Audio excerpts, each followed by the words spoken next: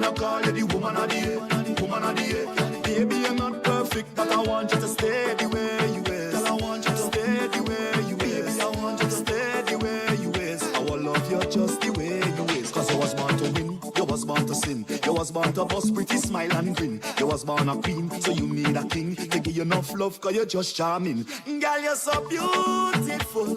Oh, girl, you make me feel heavenly. You're doing things that I just can't forget, so I go call you the woman of the year. Woman of the year. Woman of the, woman of the. I'm gonna call you the woman of the year. Woman of the year. Baby, you're not perfect, but I want you to stay the way you is. Girl, I want you to stay the way you is. Girl, I want you to stay the way you is. I will love you just the way you is. All them times you could call me, send a text now. Always here for you, so don't stress now. If you're hungry, I make breakfast. Anything that you want, you can get that. 'Cause you're so beautiful. Girl, you make me feel heavenly. You're doing things that I just can't forget, so I go call you the woman of the year. Woman of the year. Woman of the, woman of the. I'm gonna call you the woman of the year. Woman of the year. Baby, you're not perfect, but I want you to stay the way you is. Girl, I want you to stay the way you is. Girl, I want you to stay the way you is. I will love you just the way you is. Girl, you are woman of the year. You make my world a brighter day. Woman of the year, baby, I want you stay with me. Woman of the year, deserve a trophy, girl, 'cause you are. You're doing things that I just can't forget, so I go call you the woman of the year. Woman of the year. Woman of the, woman of the. I'm gonna call you the woman of the year. Woman of the year. Baby, you're not perfect, but I want you to stay the way you is. Girl, I want you to stay the way you is. Girl, I want you to stay the way you is. I will love you just the way.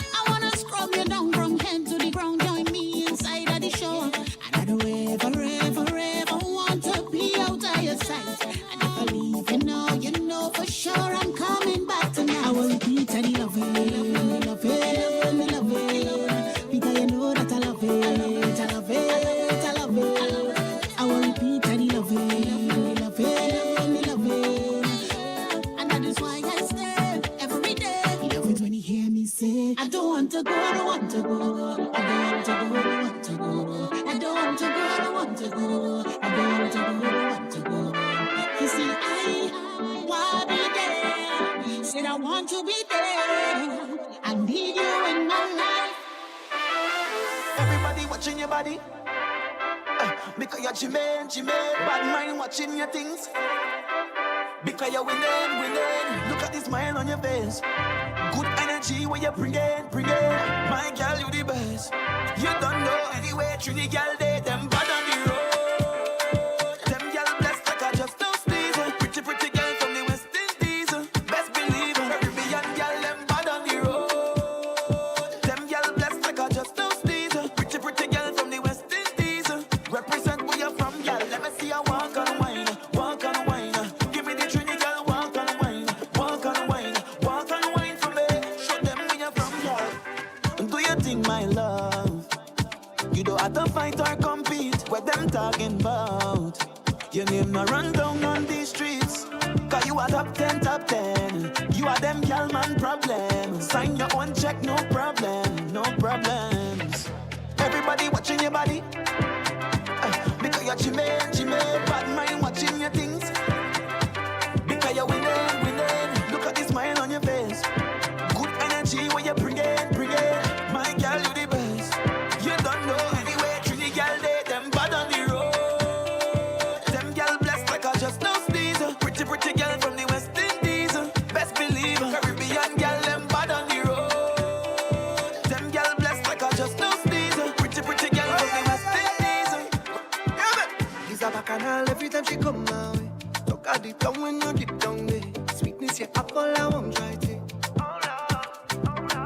a carnival every time she touch down.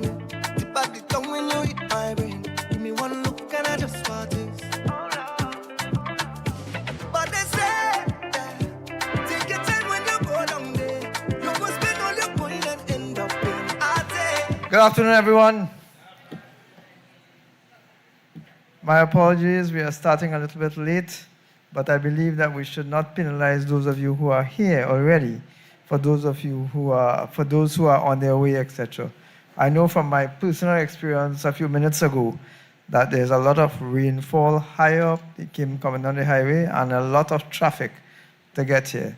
I am sure as we proceed, more persons will join us. So, as we begin, ladies and gentlemen, as usual, can we all stand for the national anthem? And with your support, I would like us all to sing the national anthem. It's become a practice, I think, for some of us to listen to it being played. But that's not the music is not the national anthem. The national anthem is actually the words of the song. So can we all sing? DJ, who I cannot see clearly right now, but DJ, can you start us off?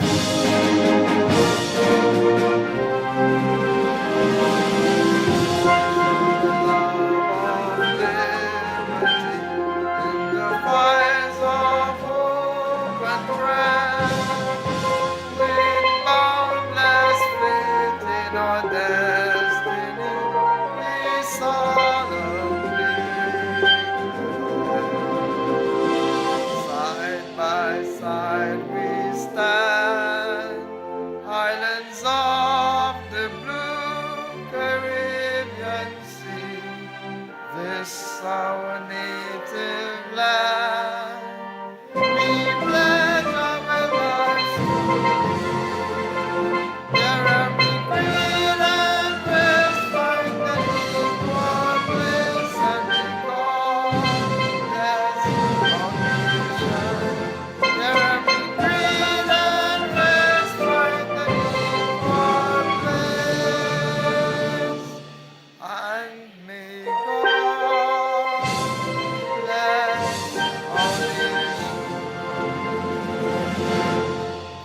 Thank you all. Please remain standing. Please remain standing as I invite Andrea Block, who will lead us in prayer.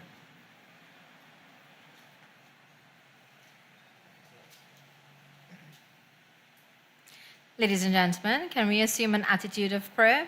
I'd invite everyone to hold in their mind the concept of God as you believe God to be. O divine Master, Creator of everything that we know, material and non-material, we invite your presence here into these deliberations. We ask you to guide our thoughts, to guide our words, so that they may become positive action. We ask you to guide our leaders. We pray for our Prime Minister. We pray for our Member of Parliament. And we pray for the government. We also pray for the opposition. And we pray for those who argue against us, that we are all working together for the enrichment and the upliftment of Trinidad and Tobago. We especially pray for those victims of crime who today have to find solace and comfort in your divine presence. And we ask that you spread your protection over all of us here and on our way. And when these deliberations are over, that you give us traveling mercies back to our homes. Thank you.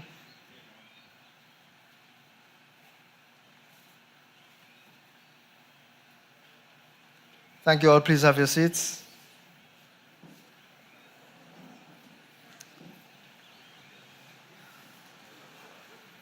Let us give a round of applause to the best Attorney General that we had 2010 to 2015, my very good friend, Anna Ramlagan, who will join us today. Excellent timing, Mr. Ramlagan. Excellent timing. Senior, without any further ado, I'd like to bring you to the microphone. The gentleman who will come to speak to you today at this point is no stranger to any one of us. He is one of the leading exemplars of legal practice in this country. He's a senior counsel. I don't know how much else I should say about him because I think we all know him as an avid supporter of good governance, good legal practice, and one of the best lawyers that this country has. Ladies and gentlemen, the Honorable Anand Ramlogan, Senior Counsel.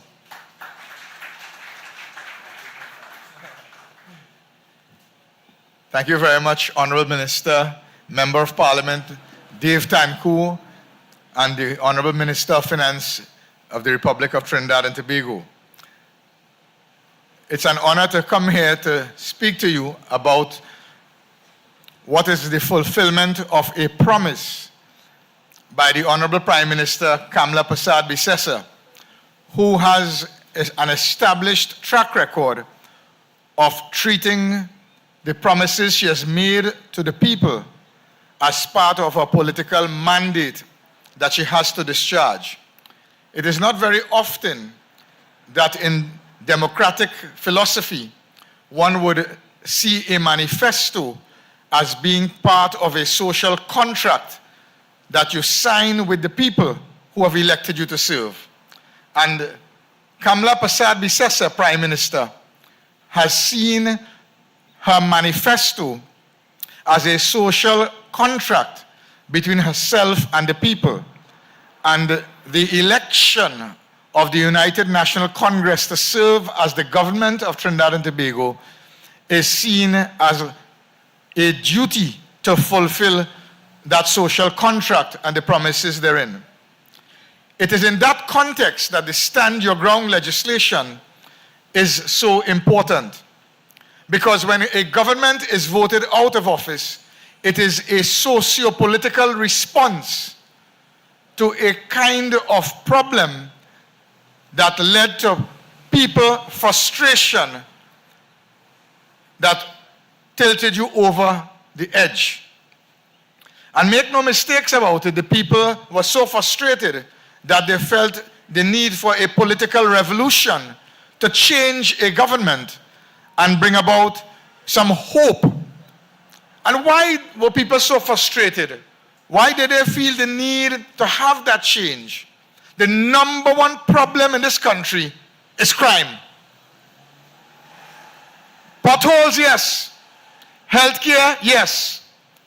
But crime is the number one problem. Because if you can't feel safe in your home after you dodge all the pothole, and after you leave your mother and your grandmother by the hospital and they can't get a bed under the P&M, at least if you reach home and you're safe, you can get a good night's sleep and you can get up and you can say, there's a new day, I live to fight another day. But if you cannot be safe in your mind when you go to sleep, that you're guaranteed to wake up the next morning, then there's no possibility of hope for a new day. And that is why crime became the number one problem that was of such major concern to people.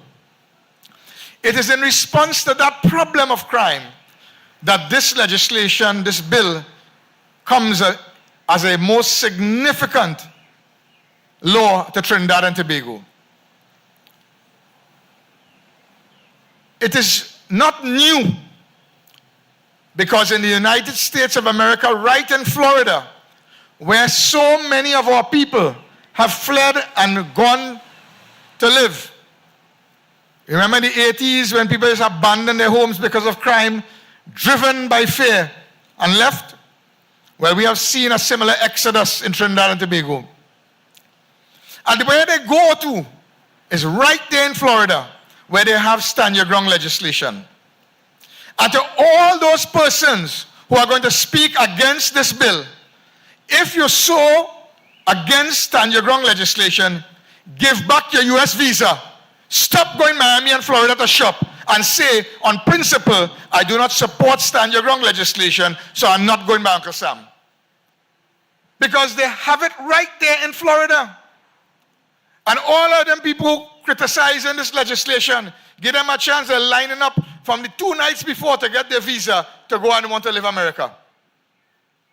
Where this law exists. Where they will feel safer. Where they will find a peace of mind. But why? You know why? Because of laws like this. So what is this law about? What is the current state of the law?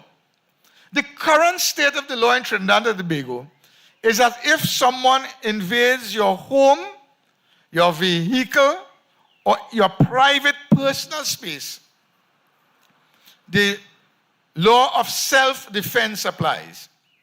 That means that you have to prove that you did not use excessive force to defend yourself.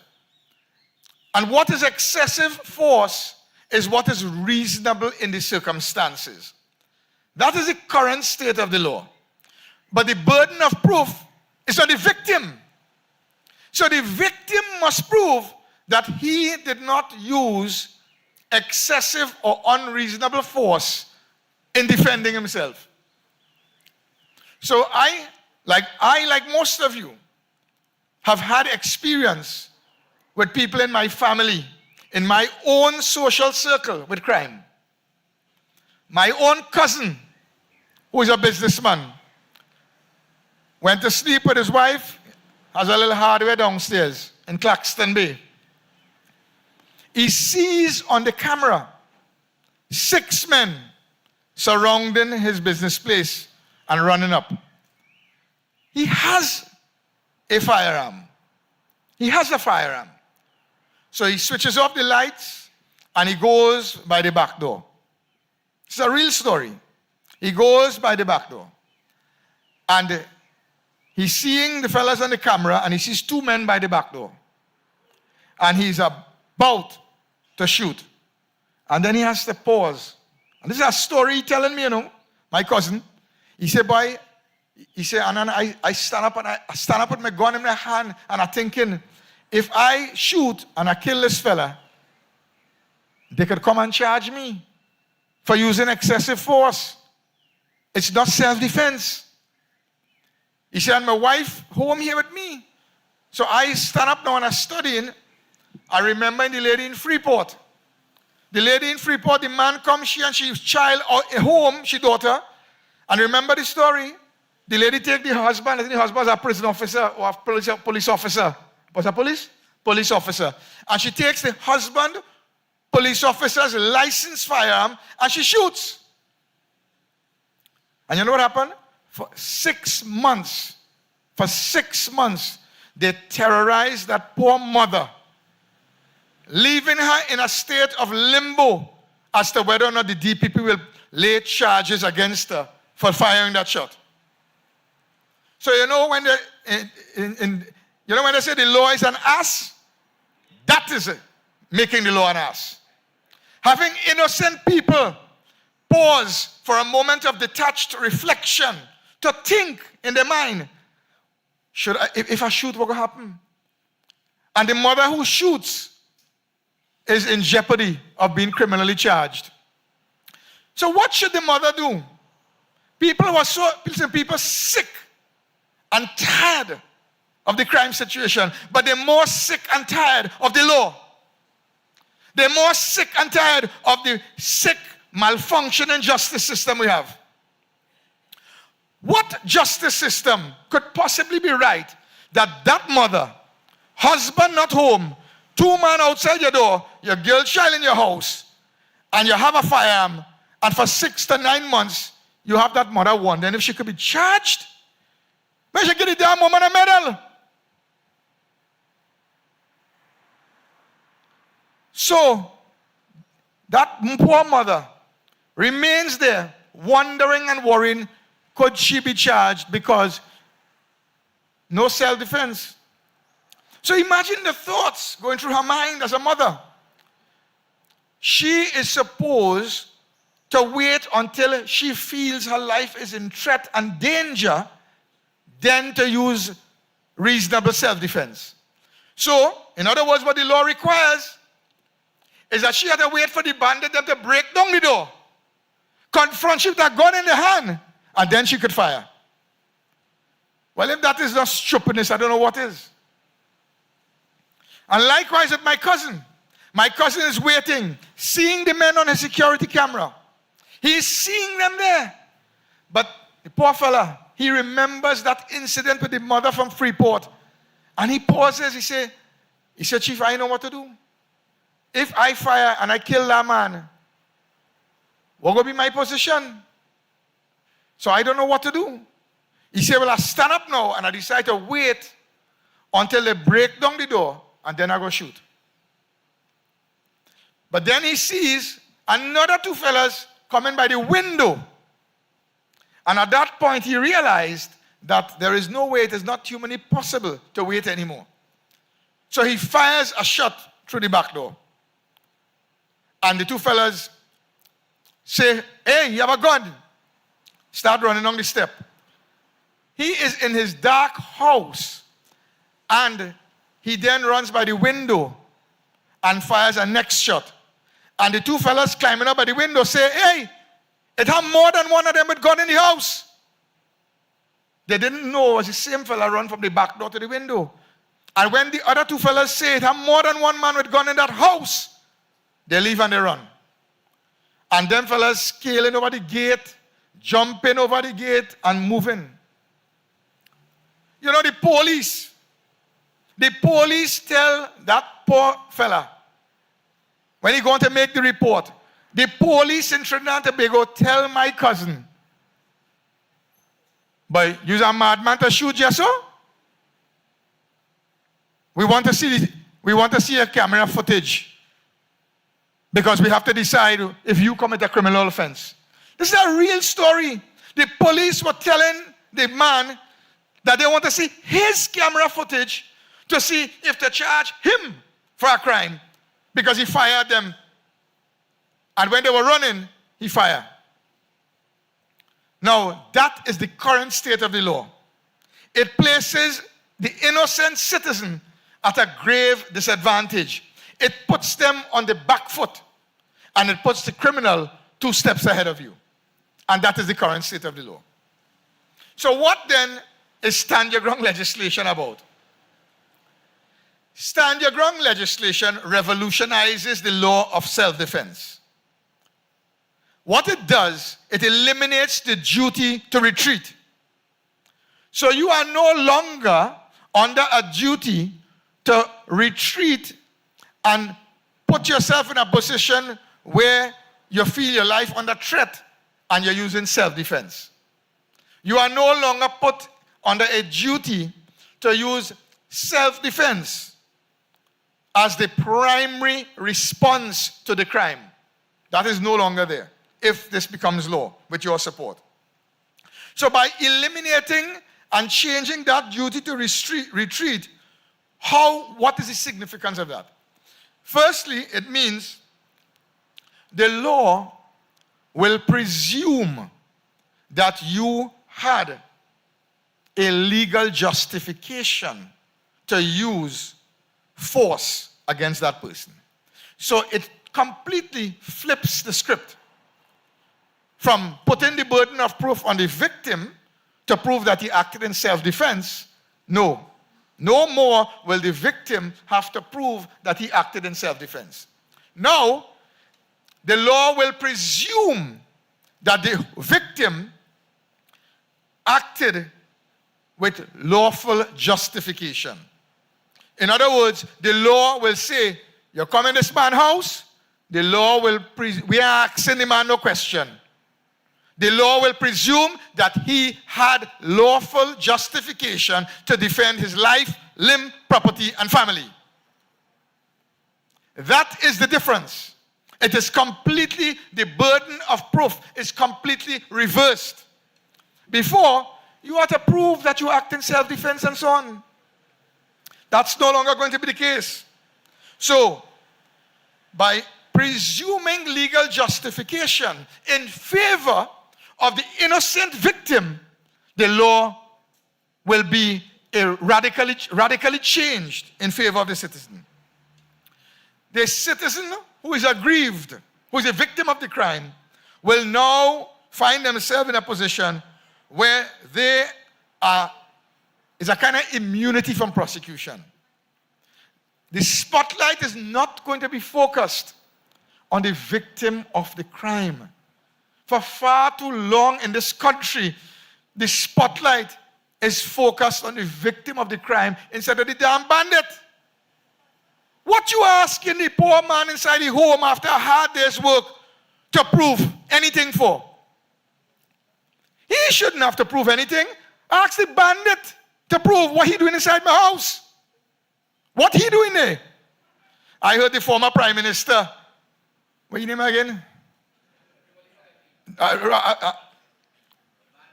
Rowley, Dr. Rowley. I heard him say, he said this law is going to be a bad thing. Suppose a man come and take a zabuka. Well, brother man, simple put, don't come and take Madame zabuka. What you doing there? You plant it? Instead of sending the right message to criminals, instead of being firm and tough, the population heard him talk that kind of nonsense.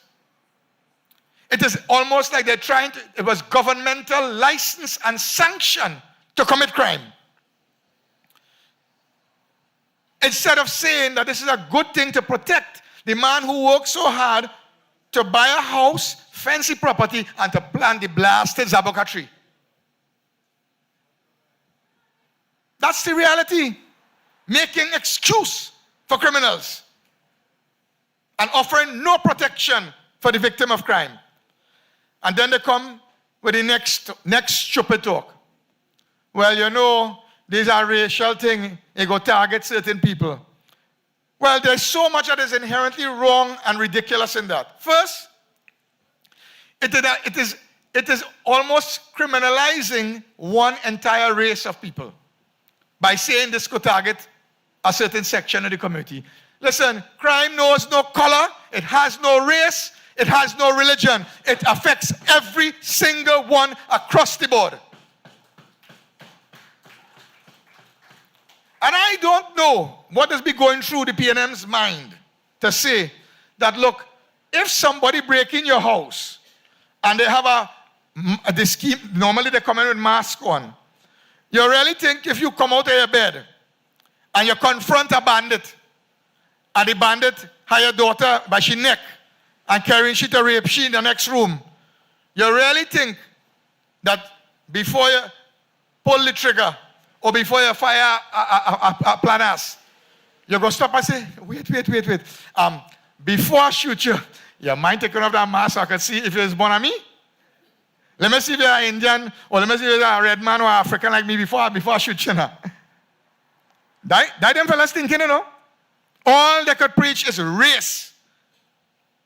Who in their right mind, in the heat of the moment, trembling with fear, frightened and terrified in your own home, who in their right mind will stop to think about bloody race? What you're thinking about is your life, your daughter, your wife. That is what you're thinking about. So the criticisms have absolutely no basis or justification legally, socially, or politically. None.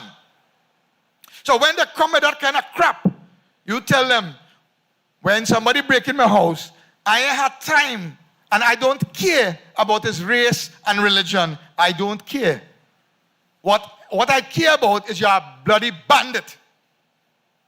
And if I have to do anything to protect my daughter, my wife, my children, and my home, I will do it. That is the reality. So ladies and gentlemen, this stand your ground law, the law will presume that you had a reasonable belief as to the necessity, the need for force in the context of man breaking in your house and your vehicles and your personal space and so on. And listen, you need to understand this is a major revolution in the criminal law. We have never before in Trinidad and Tobago had a law like this that puts the innocent person first. We are now, Kamla Prasad Bisesa is turning the law upside down on its head and flipping the script. Empty the clip, but this is reversing the burden altogether. So this is clearing the way for you to empty the clip and to make sure that you are given the legal protection and right to do so. That is the reality. So, now, by that duty to retreat, which would have required you, in some cases in the United States, they say, back up against the wall. That was the old law.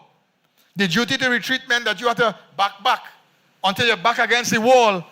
And then, if the man had killed you and you reach the wall, then you could start defending yourself. Not anymore. Kamala Persad-Bissessar and the UNC government is removing the wall and saying, it ain't have no wall anymore. The only wall it have is my fence. And anytime you cross it, it's pressure. And the law will protect me. Because there is a presumption that you have a legal justification for the use of deadly force in those scenarios. Now, of course, it is not a license to go on an unreasonable rampage. So a young boy coming to check your daughter. Yeah, going on, bust shots for that. You understand? And really and truly somebody coming to take this Zaboka, well, let go the dog or something now. You understand? So it is not there's still the concept of proportionality. You still have to be proportionate. It's not a vigilante justice. It is meant to protect you in appropriate situations where people come at you. But nobody is advocating that it is going to be a free-for-all that is going to give a carte blanche check, as it were, to, randomly do stupid things. That's not the case at all. The law comes with a sense of social and political responsibility, but it is a significant revolution in the law that protects the innocent citizen by saying he does not have a duty to retreat. For the first time, the citizen and the homeowner wouldn't have a duty to retreat. The man who will have to retreat is the bandit in your house and your yard. Why should there be a law that imposes a duty on you to retreat in your own home? Why should my cousin have to retreat and be worried? After that incident in Freeport, when that mother, for 9 months, that woman was in limbo, taking her husband's gun and firing a shot. She and her daughter alone home. You're seeing the men on the camera. Not a single official statement from the government saying, no charge. That mother, I tell you, I feel so sorry for her. In addition to the traumatic ordeal of going through that experience with men by your back door and you and your daughter home alone, and taking your husband, who's a police officer's firearm, and firing a shot. The state, the government of Trinidad and Tobago, rubs salt and gongo pepper in she wound. It is ridiculous. It was adding insult to injury. And for those of you who don't even remember what I'm talking about, that's to tell you how comatose we are. That's to tell you how as a people we are not politically conscious, but we woke up on April 28th. So let us wake up again to understand this. When that mother was in a state of limbo, and when the message was sent to people like my own cousin that, hey, I have to retreat in my own home until they break down the door, and you have to pause for a cause and think and whine and bunbunawe and tintinawe in your mind. You end up to run, stand up, go under the bed. Everybody retreating. Everybody going in their room. What do? Trinidadians and Tobagonians, we lock in the door. We lock one door, we go in the bedroom, we lock the next door. Then we going under the bed. We trying with cell phone. We're retreating. You're retreating in your own home. Now, stand your ground law, coupled with a more liberal access to firearms, will give you two rights. You would no longer have a duty to retreat and take your gun and empty the damn clip. That is going to be the new reality in Trinidad. And it is about time that the law protects people and gives them that right.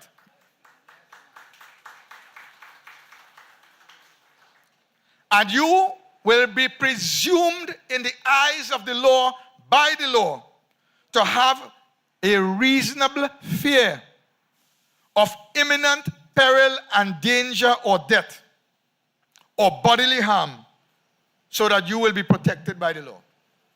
And that is only fear. How on earth could we not make a presumption like that? What is the presumption that the law expects you to make? A bandit break in your house, where will he come for? Cricks? He come to have tea with you? He come to ask you for some roti and takari? No. The presumption the law should be making all the time is that the man come there to use deadly force, to rob you, to rape your children, and to take away all your hard-earned jewelry from your grandmother days, come up, whatever it is. Because that is the reality. That is the reality. So, the law is now, for the first time, going to match and take into account what is the reality that you face on a daily basis. So, ladies and gentlemen, I say to you that let us listen to the cry of the people. Let us listen to your fears. And let us, as a responsible government, govern based on what your feelings, what your experience, and what your suggestions and solutions are. The government of the Republic of Trinidad and Tobago is about solutions from ground up, not from top to the bottom. Kamla Persad-Bissessar, the Honorable Prime Minister, must be complimented for mandating her members of Parliament to hold pre-budget consultations and to hold stand-your-ground legislation consultations like this.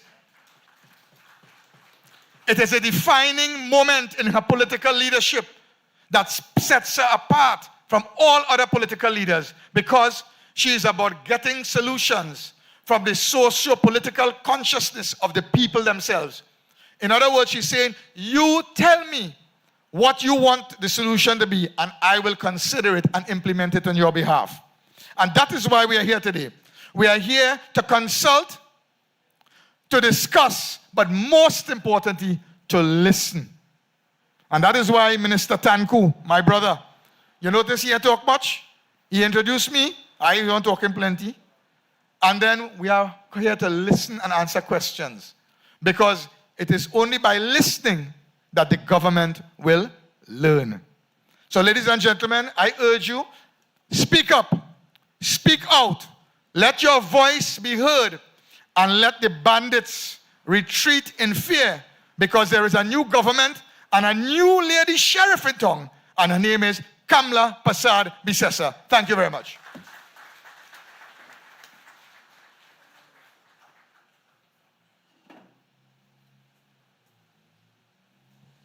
I think we could do much better than that, ladies and gentlemen.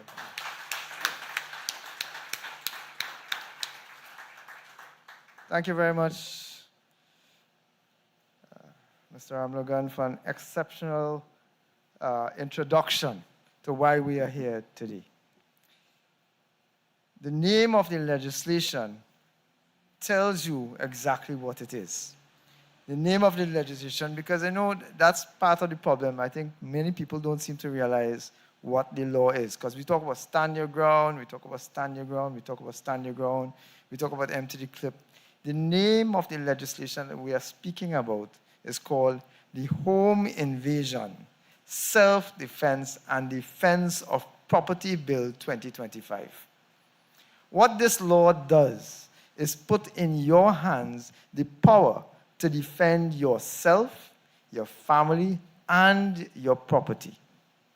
Mr. Amlogan just now gave you some live scenarios of situations that warranted this kind of action.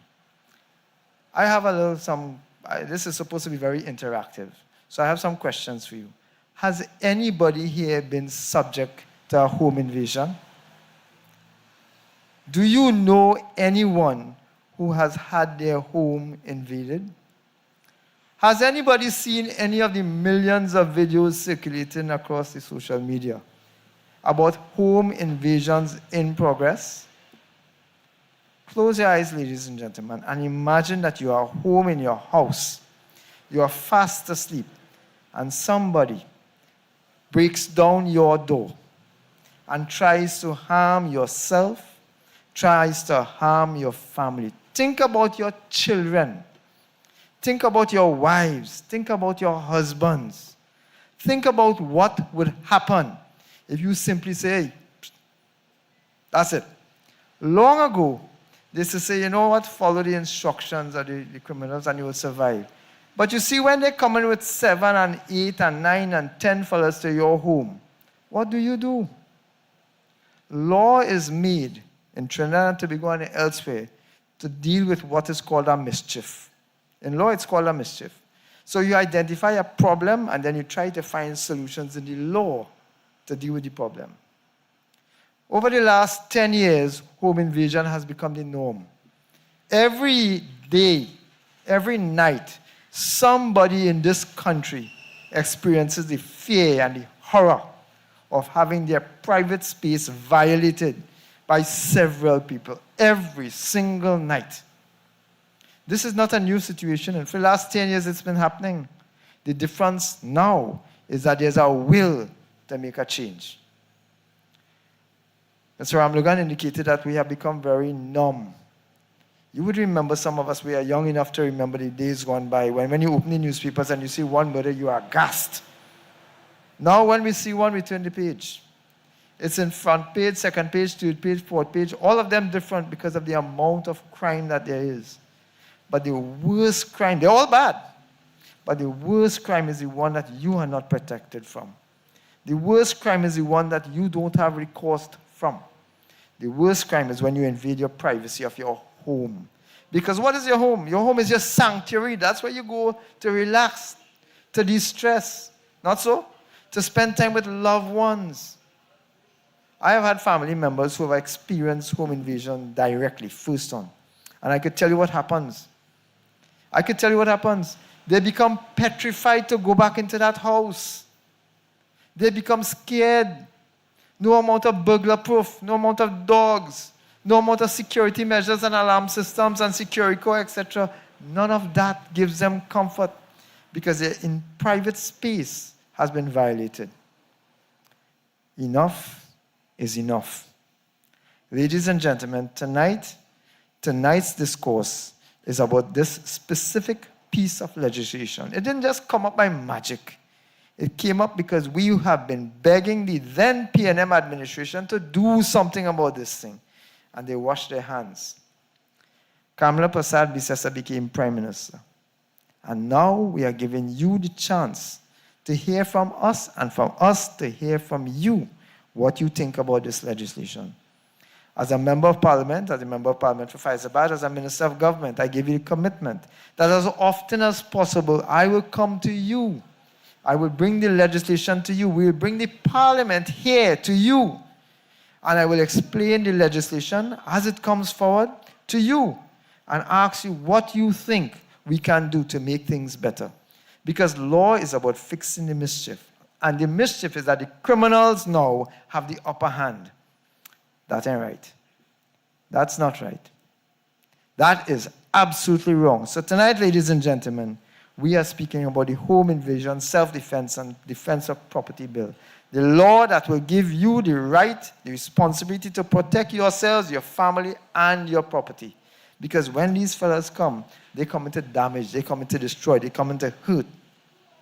And it's become a thing now. As soon as they come in, as soon as they break in, it's abuse because they're trying to instill fear in you. So it's not the fear, only the fear of your homes, their privacy space that's violated, you know.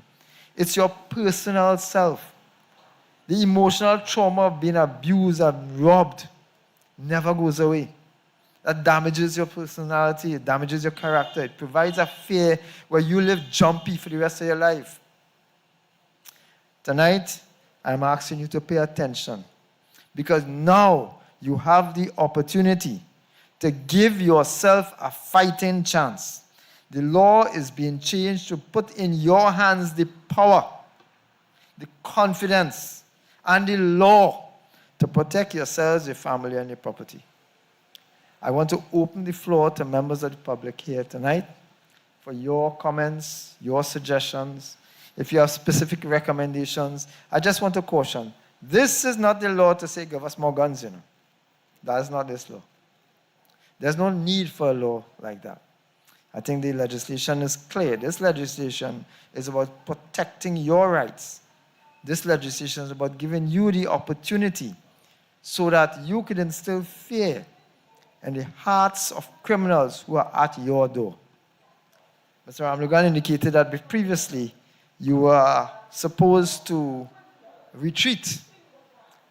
Proportionality. You're supposed to retreat. 1 second.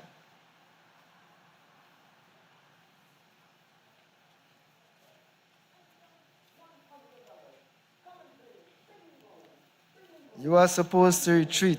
I have a document here with a series of instances when people in this community have gone through home invasions. The bill, the draft bill, because this is not yet a final document. It will become a final document when we take it and lay it in the parliament.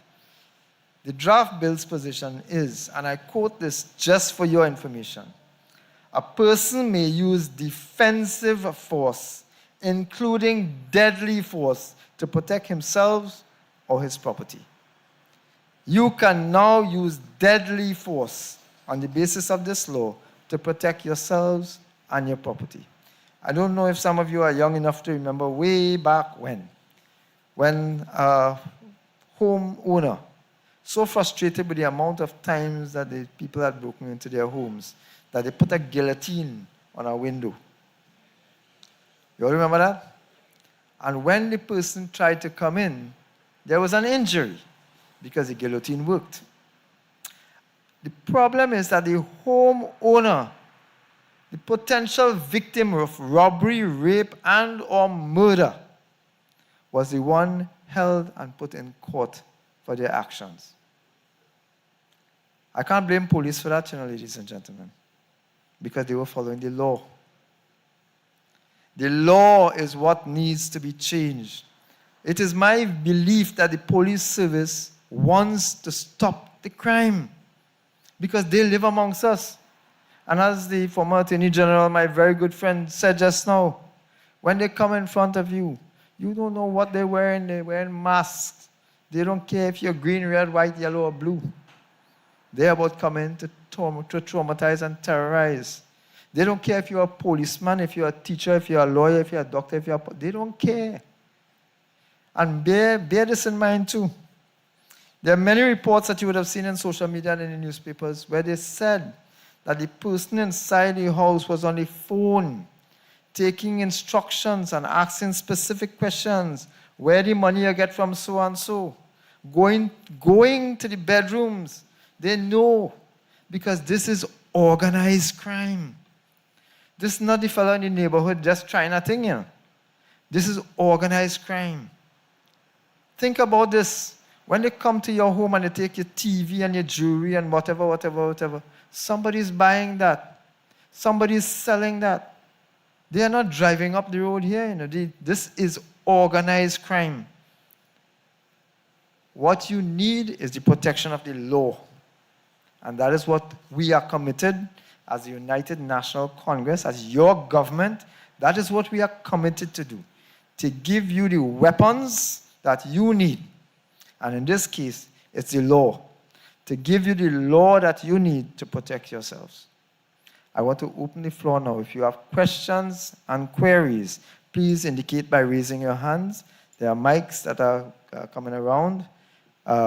It will allow you the opportunity to ask questions so that we can provide the answers and the clarifications that you may need so that you would understand how this law benefits you. Any indications? My friends on the side. Please identify your name, the area you're from, and then get into your conversation, please. Thank you. Good evening. My name is Leslie Duki. I'm from Lomtak Hill, Faizabad. Oh, you said earlier on that it's not about firearms. But if it's not about firearms, how are we going to defend ourselves? Nice one. Because another thing, I'm disappointed that we don't have any of the law officers here, like Mr. Alexander and them so. Because I wanted to know what is the age limit for applying for a variation. Now, yes, one might have a shotgun, but how you're using that if you're in your vehicle or if you're in your home.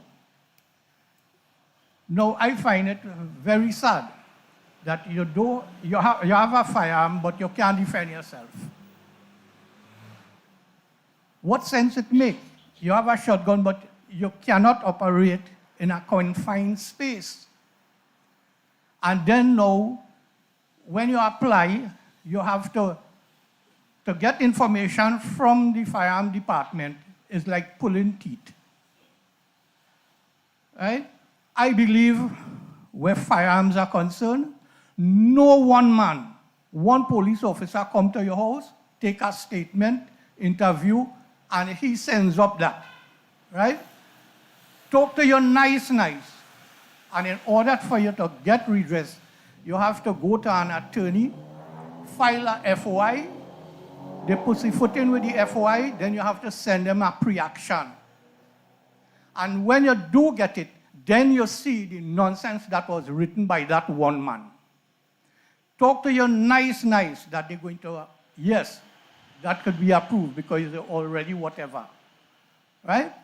So I believe that under the same law, no one man, no one police officer, it should be a committee of about 3 to 5 persons.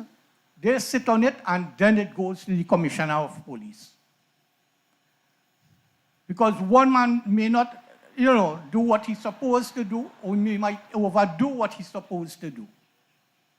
So this is why I believe it should go to a committee, and because right now, I see they put the board in place now, the appeal board, right? So those people, some of us here who may know what's going on, should appeal to go through. But then again, it costing you more money now. You have to go to an attorney again to do a letter for you. So I don't want to keep back everybody, so I'll leave it there with you all. Thank you very much for your contribution. Your contributions are being noted. These notes will be taken and sent up to the Attorney General and to others in the party to make sure that they coincide with the reasonableness of the legislation itself. But just to touch base with 2 of the issues that you raised. The treatment with firearms, etc., that's a separate piece of legislation, and I'm not too sure that we need to change the legislation. We just need to change the political will to make those changes, and that will has already been announced by the Honorable Prime Minister, that we will provide firearms for duly authorized persons who would have met the relevant criteria to establish firearms.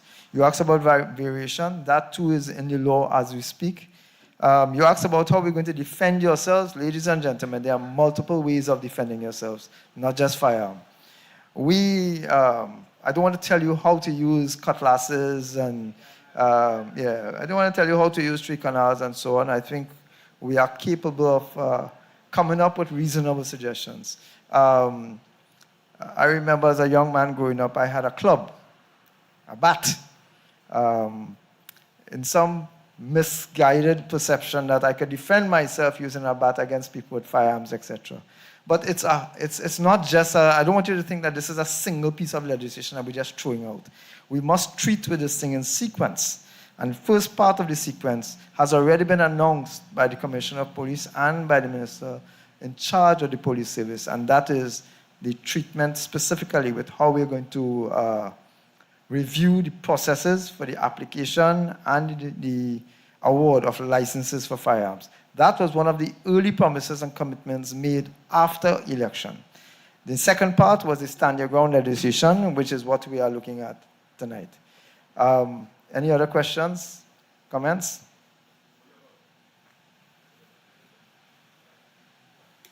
Please. Come forward a little bit so we could see you, please.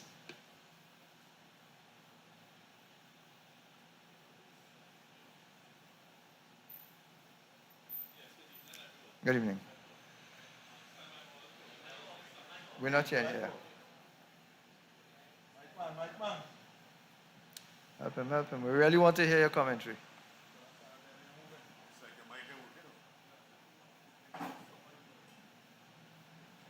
You want to give you a better mic? Thank you for the better mic. Yes, sir. Good evening, everyone. I stand by all protocol established. My name is Dr. Supasad, Roger Supasad. I'm the former president of the Faizabad Police Community Council from 2018 to 2023. I am happy to see the standing ground laws is being pursued today, because in 2019, we have realized that home invasion was becoming an epidemic in Trinidad, so to speak, right? And we had formed a small committee to approach the Attorney General at that point in time in terms of putting laws in place to safeguard homeowners. Now, I want to make a few points, but apparently senior counsel covered most of the facts I wanted to bring forward. So I'll just expand on yours, with all respect.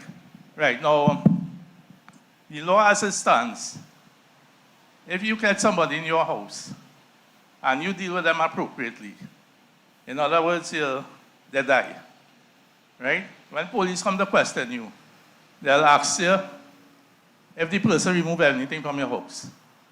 The answer is no, because he didn't get a chance to leave your house. So he did not have the opportunity to remove anything from your house. Did he interfere with anybody, rape anybody or whatever? The answer is no, right? So then the police now will tell you that the gentleman is only guilty of breaking in and entering. And for a 3 months jail sentence, you kill a man. So you're in more trouble there, right? So that's why I appreciate this law. The second thing is that if you get somebody in your home armed and you manage to overpower them, now this is a question I put to senior police, right? And you overpower that person, take away his firearm or cutlass or whatever, and chop him up or shoot him, right? The police told me then you are more guilty, that you are guilty of murdering an unarmed person, or that's inside your house, because you took away the firearm from him. So he became unarmed, and you dealt with him in that manner. So I appreciate this consultation, right? So what I would like to see is that the law now is being drafted to protect the victim or the homeowner or the property owner against criminals. But it must also be designed in a way to protect the homeowner against the police in their investigation. Because the police could always, like senior counsel said, when his relative went to make the report, the police asked him if he's stupid and a madman to fire a shot, you know?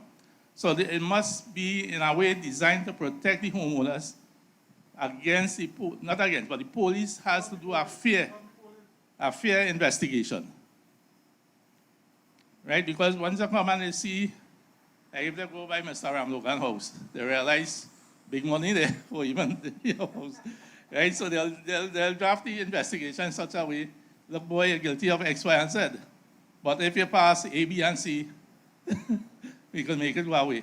So it has to be designed in a way to protect the victims, not only from the criminals, when I say the victim, the homeowner, not only from the criminals, but from the investigation of the police officers. Right? That being said, I must say that the Faizabad police, they are doing an excellent job. We had a spike in crime last year, and I bring that under control. And today Faizabad is still one of the safer communities to live in. Okay. Right, okay, so I'd like to thank you all for this opportunity, and I hope my points is well taken. Okay, thank you all.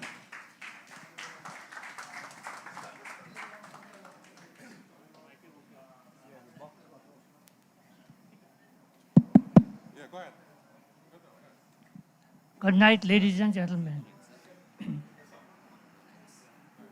As exists now are operating within the law as exists now. The mischief we are trying to fix is actually to empower you to protect yourselves, but also to empower the police in terms of their investigation. So this law doesn't just protect you. It allows the police the rights, the queries, the questions. It protects the police as well in terms of, it helps them in their investigation. So I think You have identified what the law, you clearly identified what happens now with the law as it exists now. But I think this legislation protects the homeowner, but it also gives the police the authority to ask certain questions and to act in certain manners. Yes? My colleague here. Good night, ladies and gentlemen. My name is Nazim Ahmed. I live at Separa Road. During Mr. Ramlugan's discussion, he mentioned about enclosed areas, like if someone comes into your property that is fenced and stuff like that. What is the situation where someone owns an estate that isn't fenced? How do we treat with that? What can we do to protect ourselves and our produce and whatever else that is on that estate? How do we go about that? Can you all enlighten us about that, please? Thank you. I think the law as it exists now treats with the property not just in terms of fence. It is in terms of the boundaries of your property itself. That exists right now. So your property, I mean, there are many homes now that unfortunately have big fences and burglar-proof and so on and so on. But there are many homes that don't have any fencing. The protection of your property is not defined by the fencing. It's defined by the landmarks of your property. Does that clarify it? So if you have an estate and that estate doesn't have a fence around it, that is still your property. And therefore it will still be protected under this law as well.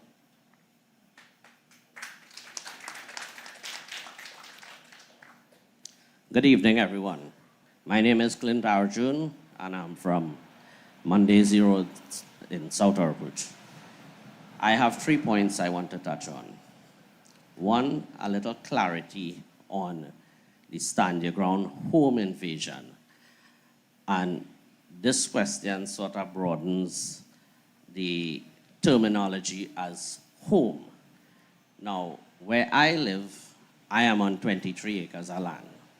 And I have my home and I have several businesses within my compound. While I do have my entire area fenced, it is a very large area.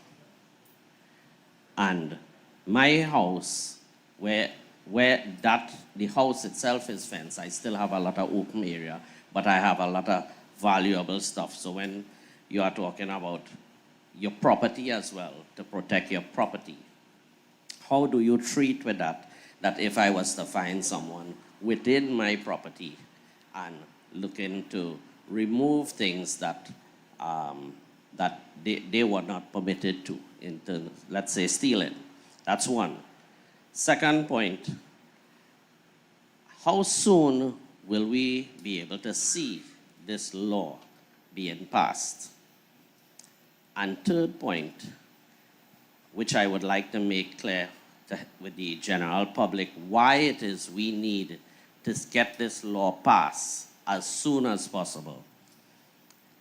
At 6:45 p.m., November 2nd, 2002, I was kidnapped just down the hill there.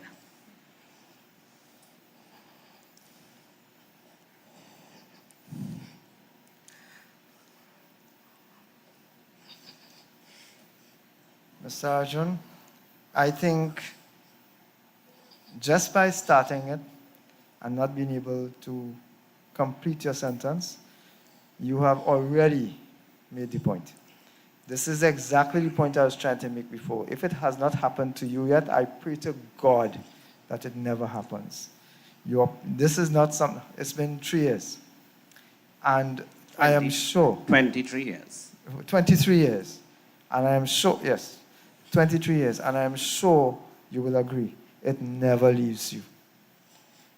This law gives you the opportunity now to make sure that it doesn't happen to you.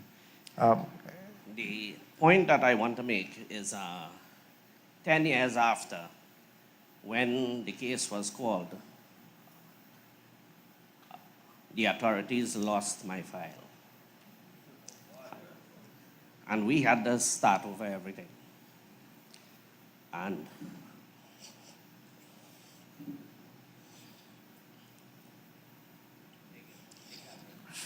Take your breath.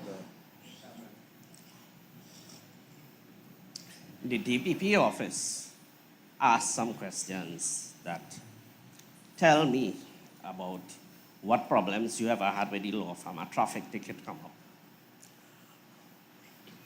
After explaining that, Hold the mic up a little bit. after explaining that, I asked the question, so let's deal with the kidnapper now. The answer that I got was, that is irrelevant. At that point is when I learned what it meant by the law was designed for the criminals. So this is why it is so important that this law pass. After that, I dropped the case. Thank you. Before I turn over to Mr. Ramlogan to answer the question with regards to the boundary, because I think my colleague here also raised the question, so I'll let Mr. Ramlogan answer that directly. There is agreement, I think, across the board. I don't think anybody can argue against it, that the legal system in this country needs fixing. I don't think that there's any doubt about that. At every stage. There is a shortage of police officers by about 17,000. The DPP's office that is in charge of prosecution only has half the amount of staff that they need. That's the DPP.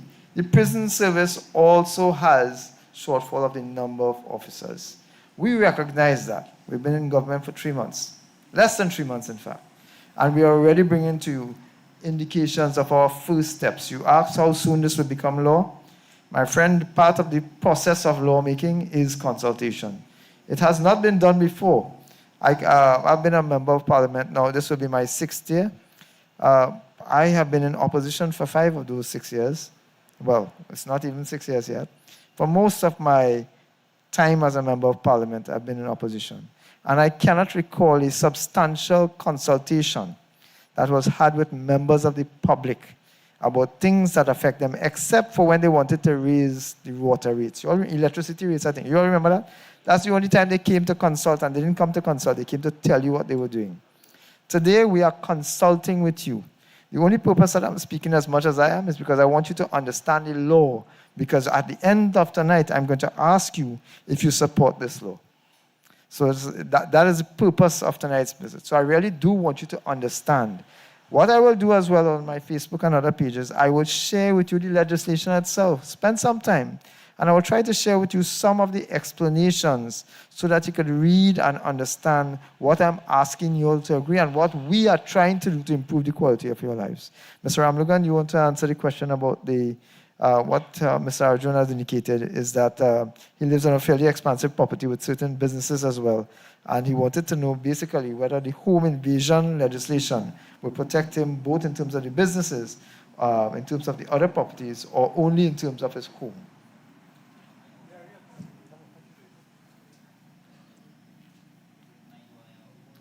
Thank you very much, Minister. Well, firstly, I want to say, Clint, thank you very much for that, for opening up and sharing, the wound that resides in your heart with the people. I know about your kidnapping, and it is a blot and a stain on the social conscience of Trinidad and Tobago that a victim of kidnapping right here in Faizabad, a hard-working man who comes from humble origins, who has worked his way by dint of his sacrifice to reach where he is, could be kidnapped and be forced to drop the case because the police was interrogating him as though he's the criminal. And that's something we hear very often.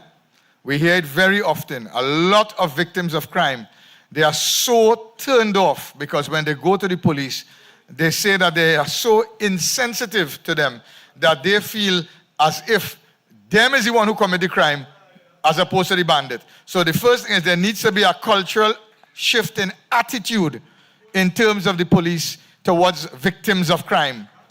There must be. So that with a new commissioner of police in place, I have no doubt that that sensitivity training that is required, and with now the greater use of technology in place, I think we'll make some headway with those things, because your voice is the catalyst for change for all of these things. So Clint, I want to thank you. The definition of home does include the yard space and all of that. I don't know if it necessarily goes so far as to include an estate without a house on it, uncle. But it's something we look at, and that's why we're having these consultations. Is the law perfect? Not yet. Is it ever going to be perfect? No. But by continuously speaking to you, we will get the ideas to keep improving it. So that is why it is not yet a law. It is at the stage where we are consulting you to listen to you to get your ideas and feedback. So that's important. We've had a very important feedback from a victim of kidnapping. We've also had a very important contribution from the first gentleman, an ex-police officer, is it, sir? A retired police officer? Yes. And that retired police officer makes a very good point as well about, the access to firearm and how does one qualify for a license. Now, the policy of the government is a more liberal approach to the grant of firearm licenses within a responsible framework.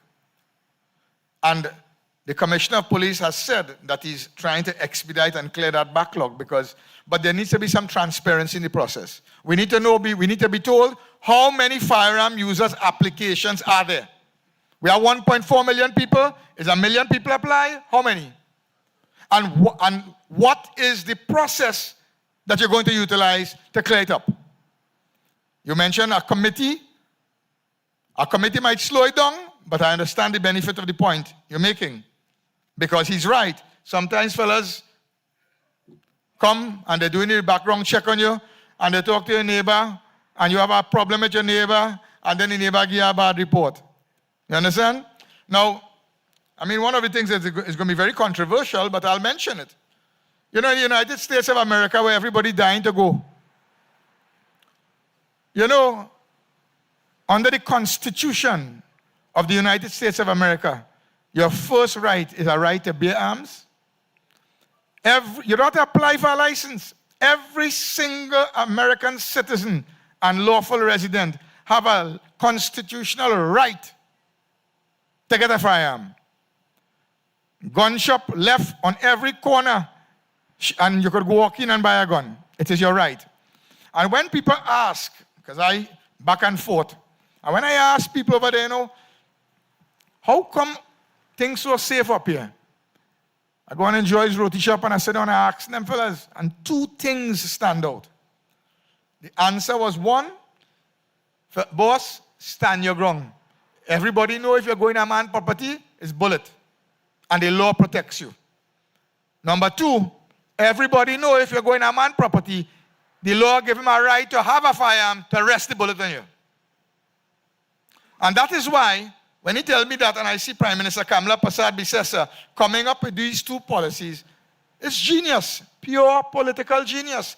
It is what we need to create that social revolution to change the whole template of our society. So it's not just passing stand your ground wouldn't help, would it? You can't stand up with a man with a cutlass and a man with a gun in his hand. But stand your ground legislation coupled with a right to bear arms, that is going to make a change, because it will put fear in the bandits to know that they could be fired at, and the law will protect the homeowner. So in terms of the firearm user's license process, yes, there is definite need for improvement. Yes, there is greater need for transparency. We need to know publicly what is the process. If you need to have a license, well, publish it online. Let people apply online. Put a dedicated committee. This idea we have that there's only police could do them kind of work is not true, In other countries in the world, civilians take a fellow with a master's in business administration, a BSc in criminology, and put together a team of civilians and let them fast track and go through the applications and just prepare an advice for the Commissioner of Police. But using police officers to do non-police work like that is counterproductive. Put a lawyer, a criminologist, and put an MBA graduate and put a team in place and let them have a dedicated focus, clear the backlog within 6 months. So These are suggestions, so I'm grateful to you for bringing it up. You're absolutely correct. There is problems in the process, and we can't tell people, stand your ground, but you are not in your hand to stand with. So we are listening to you. These ideas are being recorded, and we're going to take it back to the Honorable Prime Minister for her to consider. Thank you. Thank you very much. Anybody else? Commentary? Come to the front, please, so we can see you a little bit more clearer. Yes, good night, everyone. Honorable MP, Senior Counsel, and Honorable members of the public. My name is Gary Lachman from Africa Village, Faisabad. I have two questions. Heard you all mention America a lot with respect to this law. One, will it be mandatory when the firearm is issued to members of the public to have a safe in their home, especially for those who have like little children? Will it be mandatory to have a safe in your home for storage? And two, will the government put professions in place when the firearm is issued for individuals to receive training? Because if I put a gun in your hand, there must be a way for that person to be trained to know how to use it. That's it. Thank you. Thank you very much. I want to swing this conversation a little bit more towards the stand your ground legislation and the protection of your home itself. But I want to answer your question by telling you at this point, the requirement if you are applying for a firearm is that you must have a safe at your home to store it.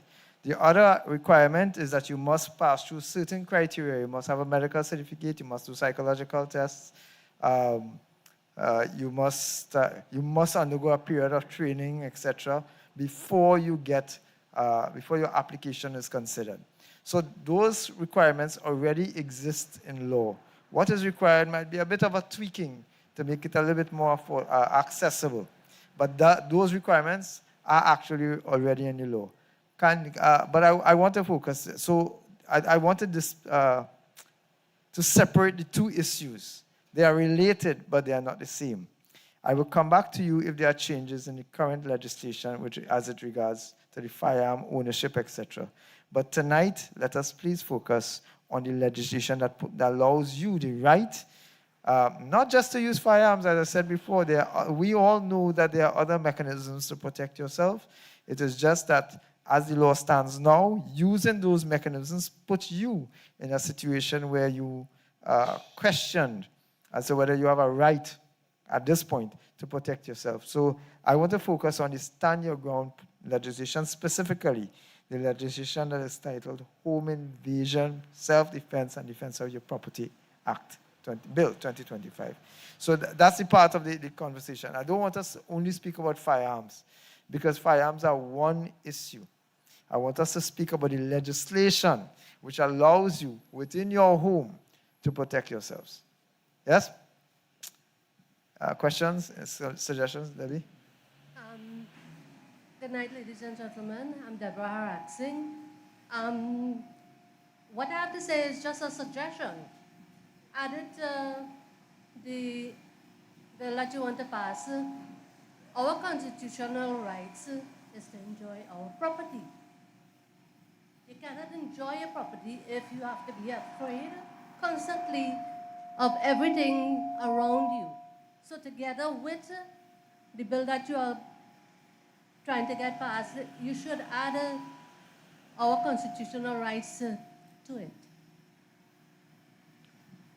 Right, so right now your right is, it's in the Constitution. I mean, the best constitutional law in this country is sitting right next to us here.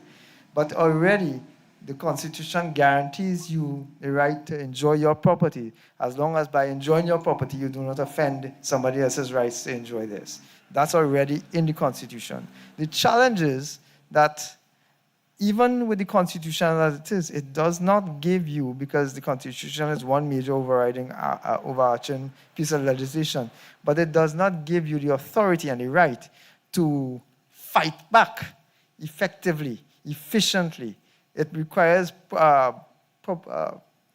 proportionality. And unfortunately, the law as it exists now is weighed in the favor of the criminal.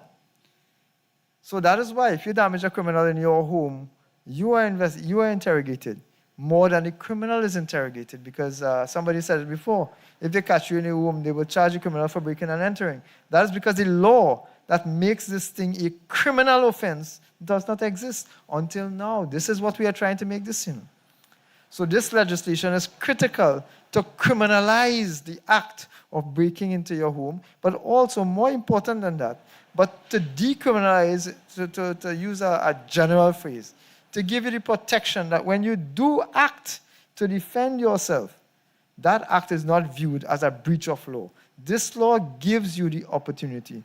Now, there's another, I know we were looking for somebody else to speak, somebody else had indicated, but there's another thing that I want you to bear in mind. Long ago, we used to look at each other, we used to protect each other, neighborhoods were neighbors and friends and family and so on. I think as circumstances have changed, we stop protecting each other. This law also protects your neighbor if your neighbor is seeking to protect you. That is what this law does. So if your neighbor intervenes to protect you, which I'm hoping that we all will do at some point, we need to get back to that point. If your neighbor intervenes, if you have a neighborhood watch group, if you have a neighborhood watch group and they're walking down the street and they see perpetrators in your home coming to engage you, they can now engage those criminals, and the law will treat with them like that. So this law is not just to protect you, it is to protect those who are protecting you as well. That is how important this piece of legislation is. Ask yourself why the hell it has not been done before. There was a lack of political will. That is why we are here today, because this government has a political will. Is there anyone else who wants to contribute? We have individuals on this side. Please pass the mics. Come forward, please. Good night. Wendy Lakram, Superior. Welcome, Wendy.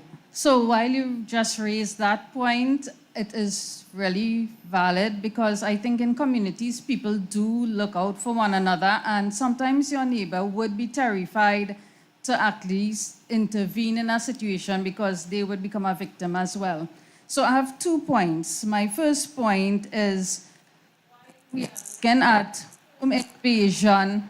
Can an extension also be, because you're looking at invasion of your private property, what about when you are probably in your vehicle on the way home and you are held ransom by someone? Could you also use your act of self-defense in that case? That is one of my questions. The second one, the explanatory note on self-defense, that's on the bill.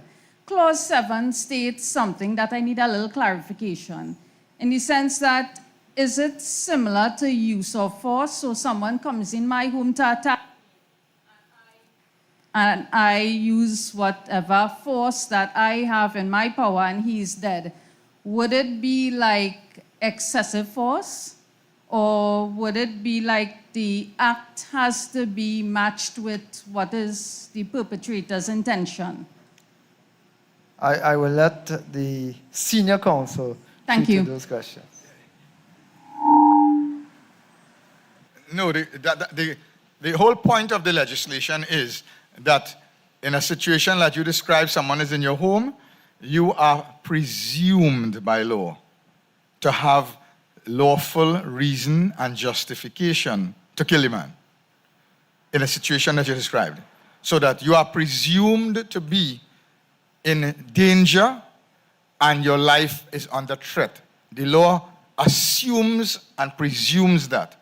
So therefore, it is not like the current law, where, as you say, it has to be commensurate with, the force that they use. So if them have a knife, you have to put away your gun and take out back a knife, and it's like that. No, it's not like that at all.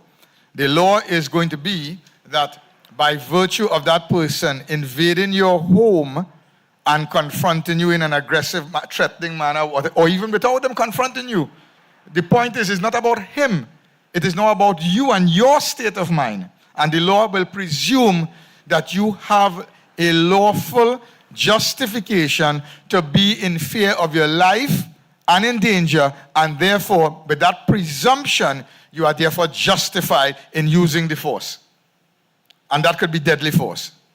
And that presumption is at the heart of why this is so important, because it completely protects you and gives you that, clothes you with that legal protection and immunity, as it were, by reversing everything that we know. So what you're talking about there is what we know now. What we're about to do is to reverse it completely. With respect to the car, it's a good point. It's a good point, and with respect to the car, vehicles are within the definition, but I will check and we will take on board the point. It may not be at your home. It may not be when you pull in. It could be when you're driving on the road. We all know people have had, situations like that. So the question is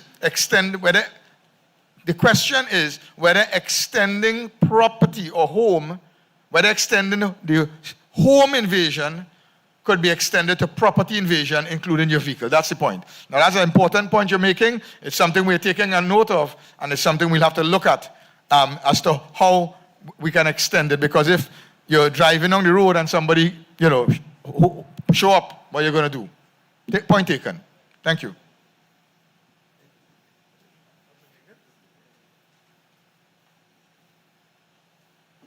Right, so I hope that clarifies that question, ma'am.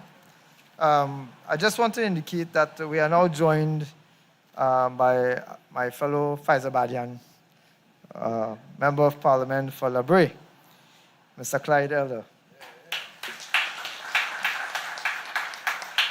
Now, I could tell you that Clyde had a significant amount of work to do today, and would have been up from very early in Port of Spain, where we had some consultations and going to and from. But Clyde is a member of the community as well. So he would also be aware, not just here, but in Labre, in the constituency that he represents as well. And because of the fact that he sits in government, he would also have been exposed to the situations that we are seeing nationwide. But so would you.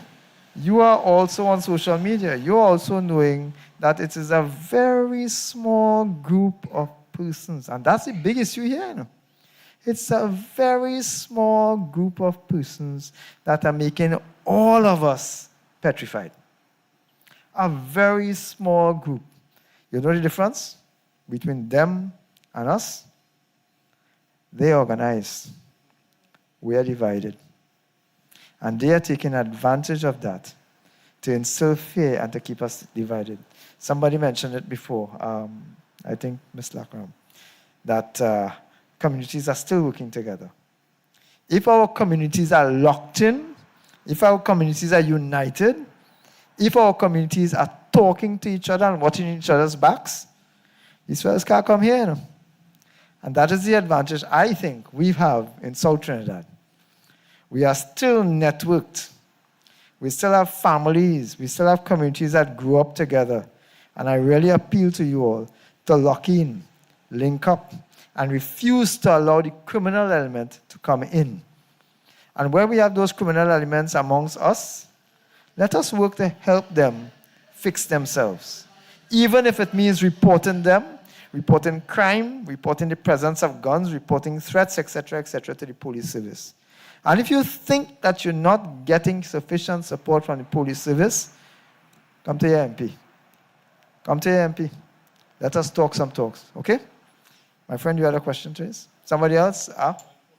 Good evening. Good evening. Mr. Minister and all other ministers and everyone here. 2 questions. My name is Shivanan Ramgulam. I'm from Tick Village, Sapphire Road. So if my neighbor and I had a quarrel and we had a little cussing over the fence, and my neighbor come in and running in my house with a cutlass to chop me up, and I was to shoot him, will that be considered under the stand your ground legislation? And secondly, I can answer that quickly. Yes. Yes? Okay. Right. And so if I was to wound a bandit that come into my home, right, and he survived, right, and get convicted. Now, maybe a home invasion might be like, say, 3 months in jail or something, or something like that. Will it continue being like that, or will we put it to like 20 years or something for a home invasion now? So, all right, so this legislation is very, very, very harsh on this offense.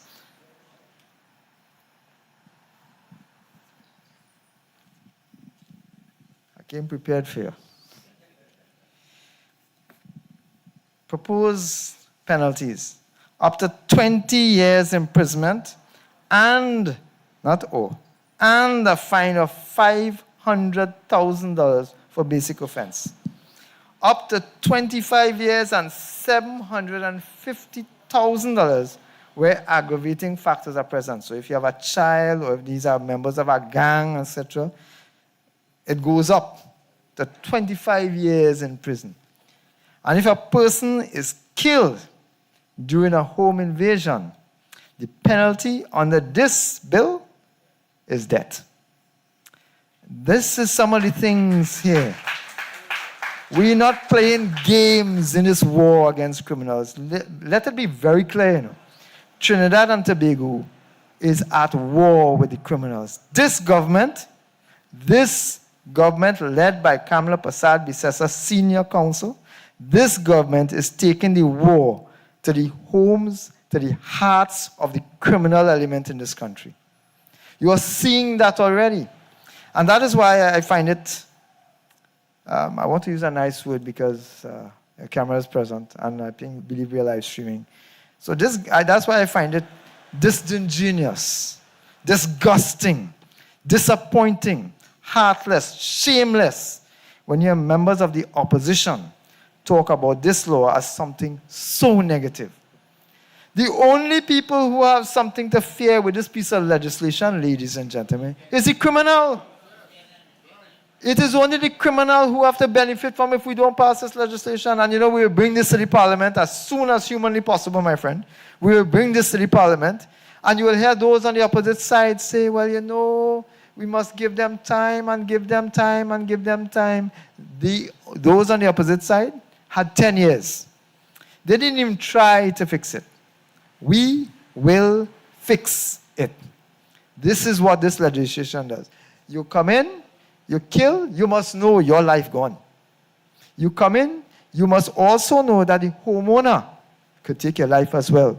This gives you that power, ladies and gentlemen. In your hands, you have great responsibilities, but it gives you the opportunity to protect yourself with equal force. And more. And more. This legislation is very, very clear.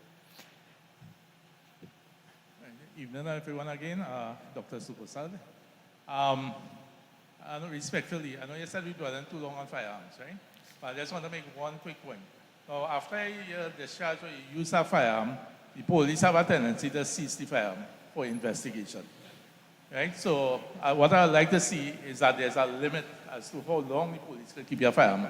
Whether it's 24 hours, 48 hours, or 72 hours, rather than keeping it for months and months and months until the bandit know you unarmed in your home. So there should be a limit in terms of the police doing the investigation on your firearm to return your firearm, right? Secondly, I would like to see we deal with the pepper spray. I realize that issue was hot at one time and it's no longer an issue. So perhaps the reintroduction of pepper spray to assist people who do not have firearms and feel more comfortable with something other than a firearm. You're saying term homeowners, right? But I'd like to see the extended of occupiers and like your wife, your children, if they could deal with a criminal in your home, not necessarily the owner of the house. So those are my points. Yeah. Thank you so much. I agree with you. The pepper spray, I think it's an excellent suggestion that we spend a little bit more time on trying to see if we cannot fast track access to pepper spray as opposed to necessarily, while we fix the other problems with regards to the application and award problem with firearms. But I want to also give you some hope. One of the reasons why police hold and seize your firearms for such an extended period is because the Forensic Science Center has to undertake its investigations. They have to trace the bullet, do tracing, etc., etc., etc. And do you know how, well, let me not tell you that. The problem is that the Forensic Science Center is understaffed, under-equipped, and it's been so for decades. For decades.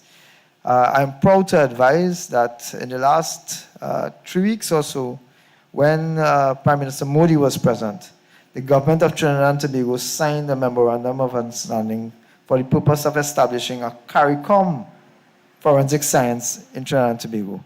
Prior to that, there was already in place the intention of building a national forensic science center, which was based on a grant, not a loan, a grant from the government of China. It is interesting that that grant has been available to the PNM for, I'm not too sure how many years, but it's been more than 4 and 5 years. And they never took it up. They made an announcement, and they keep making announcements. Forensics Science Center, together with the other initiatives that are currently being pursued by this government, will treat with even those. So we may not necessarily have to treat with it from the sore part, where you have to put a plaster on the sore. We'll treat with it from the possibility that you will not get a sore. So we don't necessarily need to tell the police, you can only hold your firearm for 4 weeks or for 4 days, because of speeding up the process of forensic investigation. And that is the direction we are already going in. Because of the process of speeding up the forensic investigation, we'll have a situation where that becomes almost reflex, where as soon as they seize your firearm, they will be able to go to a forensic science center down here, as opposed to what is required now, where even in the case of robberies and rapes, etc., fingerprint analysis takes forever, DNA analysis, we have to send it abroad, etc. All of those things, like I said, there's a political will that is now driving this government to stop crime. All of these things are put together in one package. We are pursuing the Forensic Science Center. We have now incorporated the SRPs into the police service, so we now almost automatically expand the number of policemen available. We are now training other persons into CSI, etc. A lot of initiatives are already ongoing, and we're only there for 3 months. Imagine what will happen as we go forward. You know, there's a old saying, we like to say change is coming, change is coming, change is coming. Change is here. Good night, everyone. Mr. Ram Logan, MP, Elder, MP Tank. I have a situation. I just want to, Brent Ramlal, I live at Faizabad. I just want to know how the legislation would work for a situation like this. Suppose I am renting a villa or a beach house in Mayaro, and I go for a weekend. And while I'm at the beach house, some persons decide to invade. Now, that's not my property. I'm using it, I'm renting it for the weekend. This situation could also be extended. Suppose we have students in UE who rent in up St. Augustine. Is this a home invasion? Because they're renting the property. What if someone tries to invade, to break in? How would the legislation treat with a situation like this? That's my question. Senior Counsel?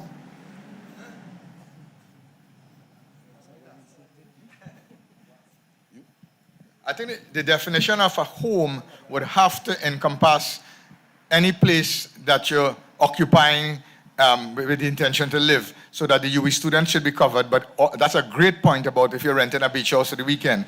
And we'll definitely have to ensure that it is clear that that would be covered by the definition of a home. So it's a good point, and I will take a second look at it to make sure that something like that would be captured by the definition of home. Definitely. It's a good point.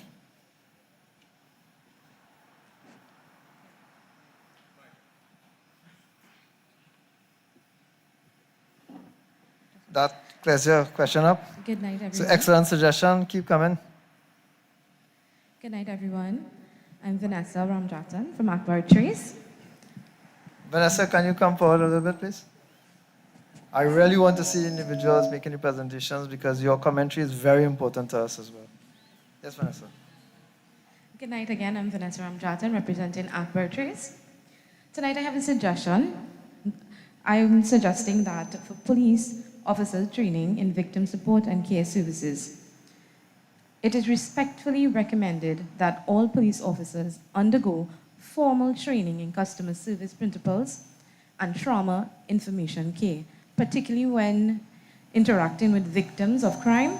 Too often, victims report feeling intimidated, dismissed, or even threatened, treated like suspects during initial interactions with the law enforcement. This not only discourages reporting, but can further traumatize those individuals who are already in distress. I want to suggest empathy and communication skills, cultural sensitivity and emotional intelligence, understanding trauma response, appropriate tone, body language, and choice of words. Distinctions between investigating questions and victim blaming. The goal is to ensure that victims feel heard, supported, and safe, not just fearful or judged. By improving how officers engage with the public, particularly those in vulnerable situations, we foster greater trust in the police service and we build stronger, safer communities. Thank you. I don't think that there's anyone who could disagree with that. Anyone else? Good night, everyone. All protocols observed. The least safest place in the Caribbean is Haiti, Puerto Rico, and ranking the 6th highest in the world is Trinidad and Tobago. My name is Michael Chalagun from Akbar-Trees. I was going to say it last, sorry. We know that when you see something, say something. But reporting it, there is a fear of repercussion. For years, we had home invasion, kidnapping, gang violence, murders, and corruption, not forgetting human trafficking and illegal immigrants due to poor border security, adding to our problems. I stand here tonight in full support of our government to introduce stand your ground laws. For the past years, our citizens are scared living in their homes.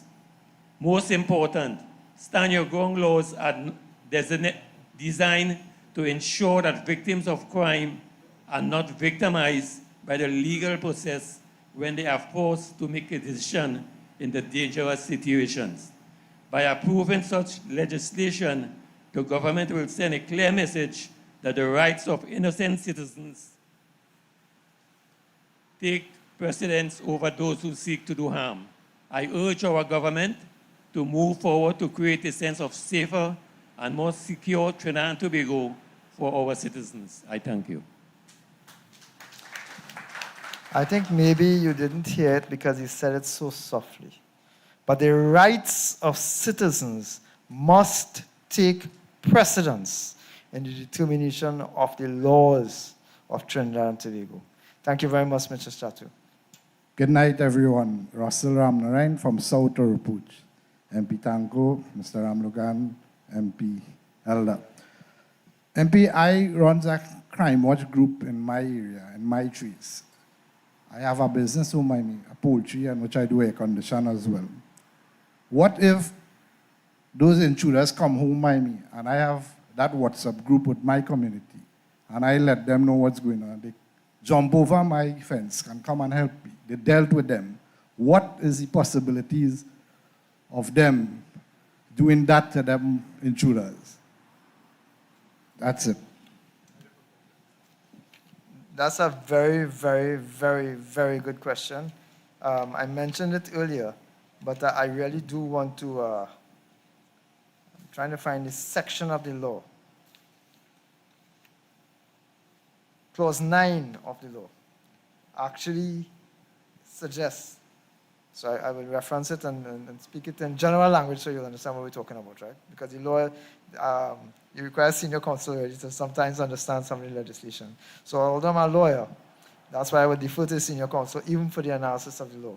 But in this case, the law that we are proposing to bring into place allows a person acting in good faith to assist an occupant or to act on the occupant's directions. So I mentioned earlier, if you are a part of a group and your group sees somebody coming into your property and sees you under duress, and you put it up on the chat, because that's what the chat is for, right? So that not just so they can sit down in the house and videotape and take out your phone and videotape so they can show it to the police afterwards. It is actually empowering you and empowering communities to take care of each other. So in that question, yes, this legislation is designed to ensure and to encourage neighbors to take care of neighbors. Answer the question? Clause 9 specifically in the bill. Any other? Sorry?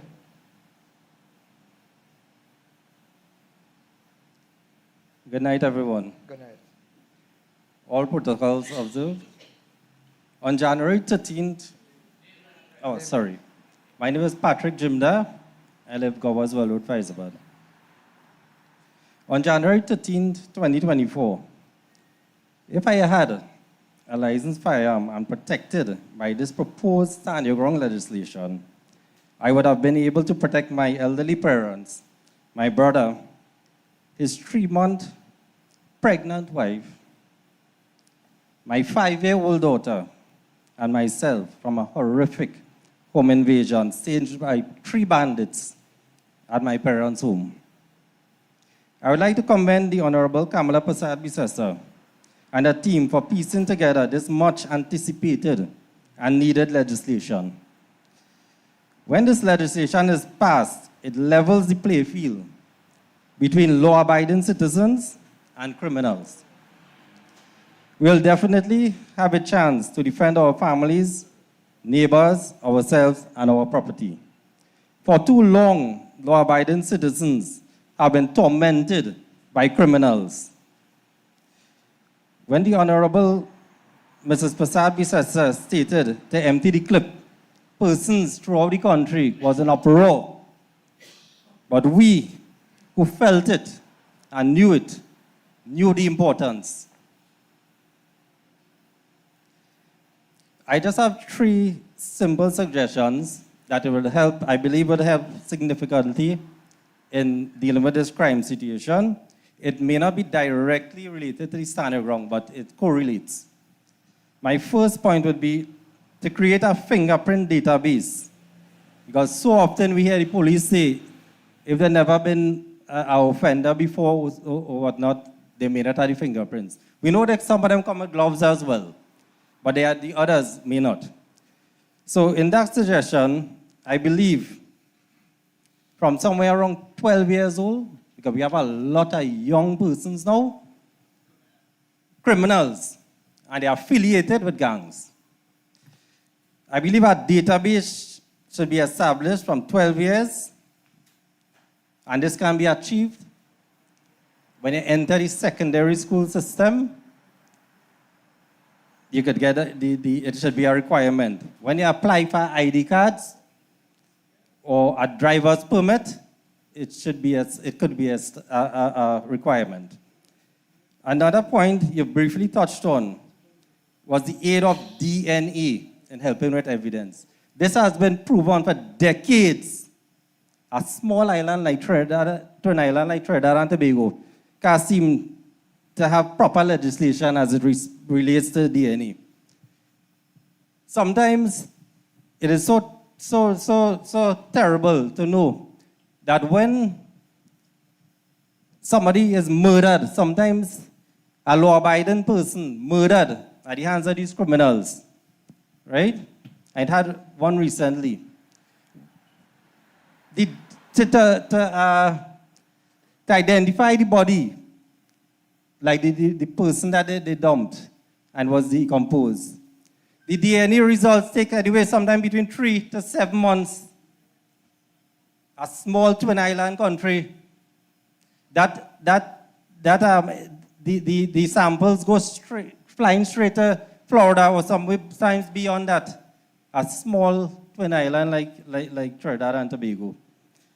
And also the expansion of alternate programs for the youths as it relates to sports, adult literacy, and other skills program.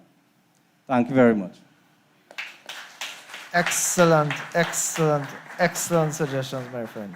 I just want to reemphasize, the Forensics Science Center will treat with some of that DNA, but I actually love the idea of a database being created, fingerprint, and maybe also a DNA database, because I think that was actually part of the legislation that dealt with the creation of a DNA, the DNA legislation as it were.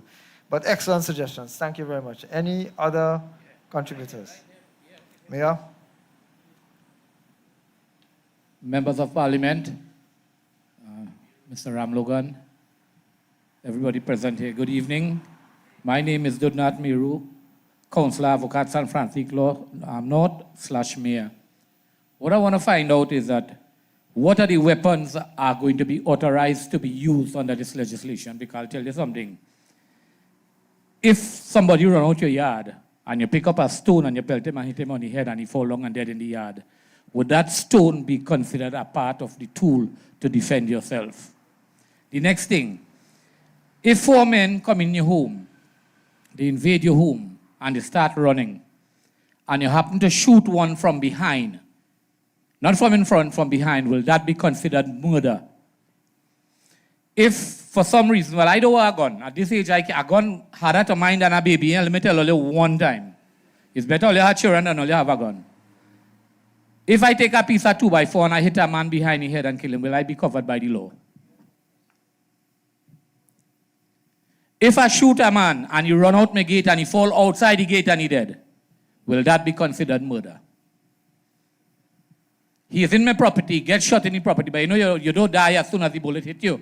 You just run and fall, and you run out the gate and you fall outside the gate. How will we deal with that? And I want to know what will the caption be for weapons, because I intend to buy about 6 cutlass, 3 in each bedroom, 1 in the bathroom, 1 in the kitchen, because I'll tell you, so if you get a gun and you want to have your cutlass, you can't ask, where the cutlass? I chop meat it in the back. You have to have your cutlass readily available in each bedroom, in your kitchen, in your living room, in your bathroom. So when they come, you know exactly where you find it one. Thank you.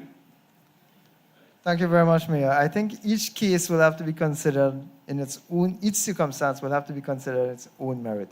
But I think what is important in the legislation is the intent or the perceived intent from you of the person who's entering your yard. So if it's not necessarily the weapon, but the perceived intent. If you believe that your life is threatened, if you believe that you're in danger, that is the essence under which you will respond accordingly, correct? Because I will give you this is a serious consultation, but I'll give you a little joke in the middle of this thing. The first time I ever made a roti, I forgot to put baking powder. And partner, that thing turned out to be harder than the tower. So if a man had come in then to threaten my home and I used that and hit him on his head and kill him, that would have been a weapon. Yes?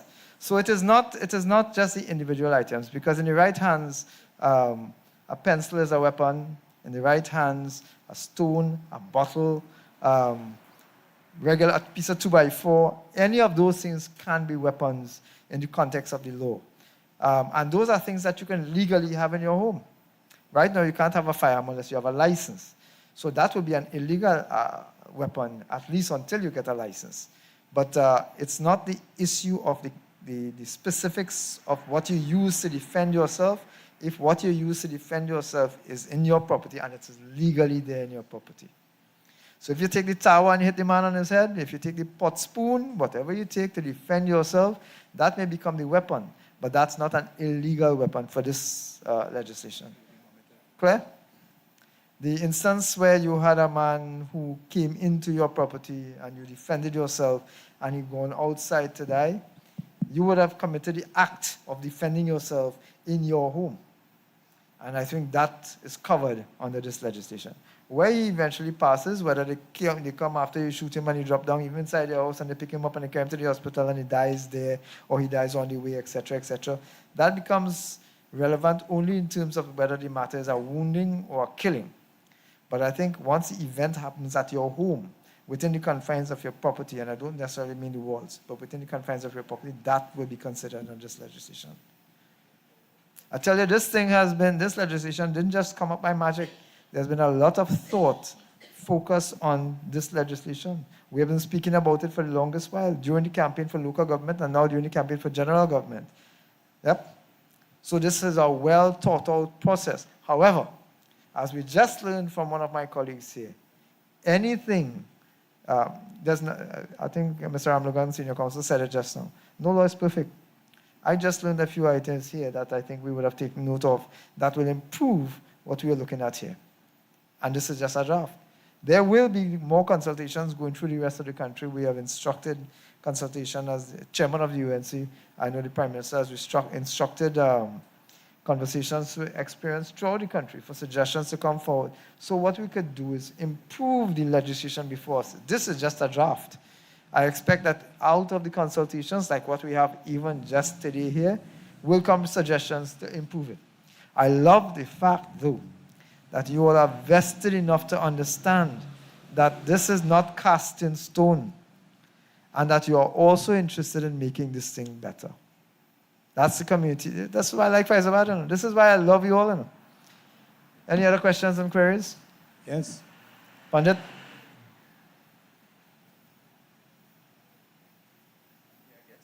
Dave Bim, Delivery Faisal, members of parliament. My question based on the story that the senior counsel was giving, in that I understand that the legislation deals a lot with a person who is a legal firearm holder. So he had made the example where the policeman had a legal firearm, but he was somehow engaged and the wife used it. What was the circumstances, or can somebody who does not have the license for the firearm then use it?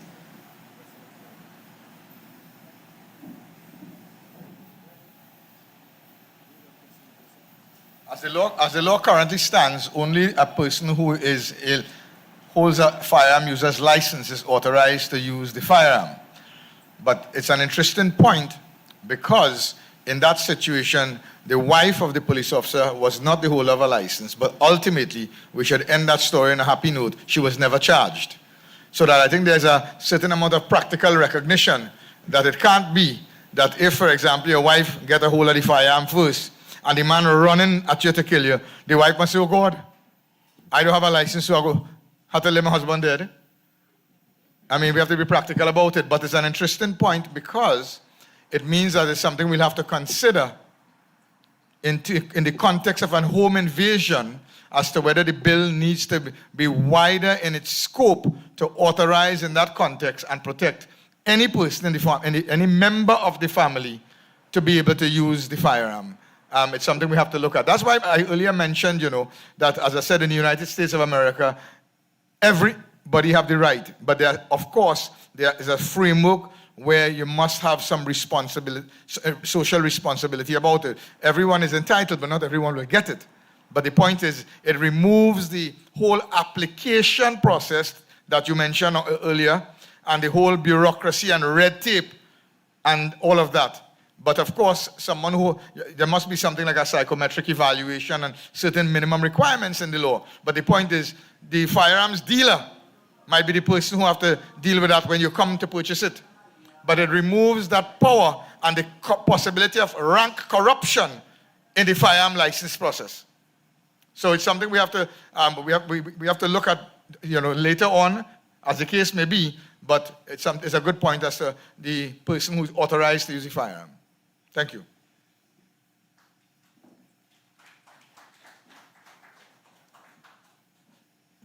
Any other contributors? Come forward, please. Good night, all protocols observed. Mr. Chairman, Krishna Bahadur Singh is the name, from Philippines. I just want to suggest that maybe in the title of the document, excellent document, that the word home invasion kind of limits it's something to consider, whether it limits the purpose and intent of the legislation, and whether something in the form of considering citizens' life and property protection act bill or something can be considered. And the rationale for that is that when you listen to some of the comments earlier, where people draw assumptions of being in the vehicle and may not be able to defend themselves, that can be taken into consideration when you categorize the context of life in that sense, and also property in another area. It would also take care of people who have tenants in properties, or students at the university, as the case may be, because if you rent a property, basically you become an owner in that sense. You know? So that is something just to consider in terms of the title of the document, but otherwise an excellent piece of legislation, and good luck to the past. Yeah. Thank you very much. Good suggestion. Will be considered, definitely. We are taking notes to pass it on to those who will review the legal aspects of it as well. Just to specify that you already have the right to defend yourself in the event of some of the conditions that have been described earlier on. The important part of this legislation is it makes home invasion a criminal offense, whereas previously home invasion, only if it results in death, becomes an issue. If you are otherwise, it would just be breaking and entering, as Doctor had mentioned earlier before. Yep. Any other commentaries? Remember name and where you're from. Come to the front here. Good evening, everyone. All protocols observed. The name is Dave Ramsamuj from Mondesi. I came in a few minutes late, so I don't know if I missed that part, but is it under the stand your ground legislation that in the case someone is shot, let's say a bandit coming by me in my home, I shoot him. Is there any sort of exemption, or does this process have to go through the court where I have to get legal representation, take an attorney, and the facts presented before the court to be, and to assess this situation? Because I didn't ask for an intruder to come in. And to get good legal representation in this country is very, very costly. I just want to suggest that if the scenario falls in the category of a home invasion, that we go a step further in this great legislation and provide some subsidized legal representation for the victim of a home invasion. Thank you. No, just so that you know, that is the purpose of the legislation, right? The purpose of the legislation is to criminalize, to put the blame where it is supposed to be, in the hands of the criminal. In a circumstance where you defend yourself in your home, you would have been covered by the legislation. So during the investigation, which must happen, during the investigation by the police and others, they would know. They would be able to, because the law gives you that protection. They would know and understand that you have been acting within the law. And therefore, the only time you have to go to court is if you are charged. They would have to justify that you acted somehow outside of the law. And that is what this law gives you the right to do. This law gives you the right to protect yourself. Without this law right now, there will be an investigation. With this law, there will be an investigation. The only difference, which is substantial, is that this law now gives you the right to act to protect your home, even up to the use of deadly force. Yep. Yeah. Good night, everybody. All protocol observed. My name is O'Neill Jones. I'm from Berry Street, from a farming area where there is larceny and stuff like that going on. I want to know if the garden is if you can defend yourself in the garden also, because there are situations where I know people lost stuff, daylight, night, water pumps. So I want to know if you catch a man stealing your pump, if this legislation would cover that.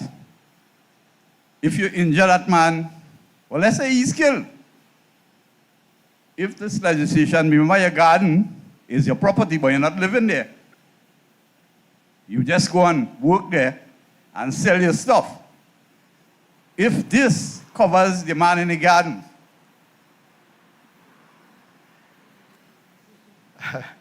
All right, so let me help you with this.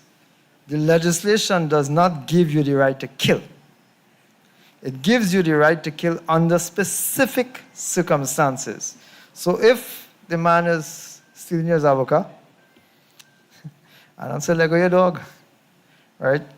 But going from seeing somebody stealing your avoka is different from feeling threatened. Remember, that's what I was saying before. It is how you view the incursion into your property. It's how you, because somebody could come downstairs by you and you don't feel threatened. You don't feel that that is likely to be anybody that's dangerous. But if your life is threatened, if you feel that your life is threatened, that is when you're allowed to use force. all right, now you're in your garden, right? It's not your home, it's your garden. And a man come the thief and you meet him up. He may attack you because he get caught. Yeah, that already, I think, is considered under the circumstances will warrant an investigation, but that already is concerned. There's the law of self-defense, the law that provides for you to be able to defend yourself using equal force.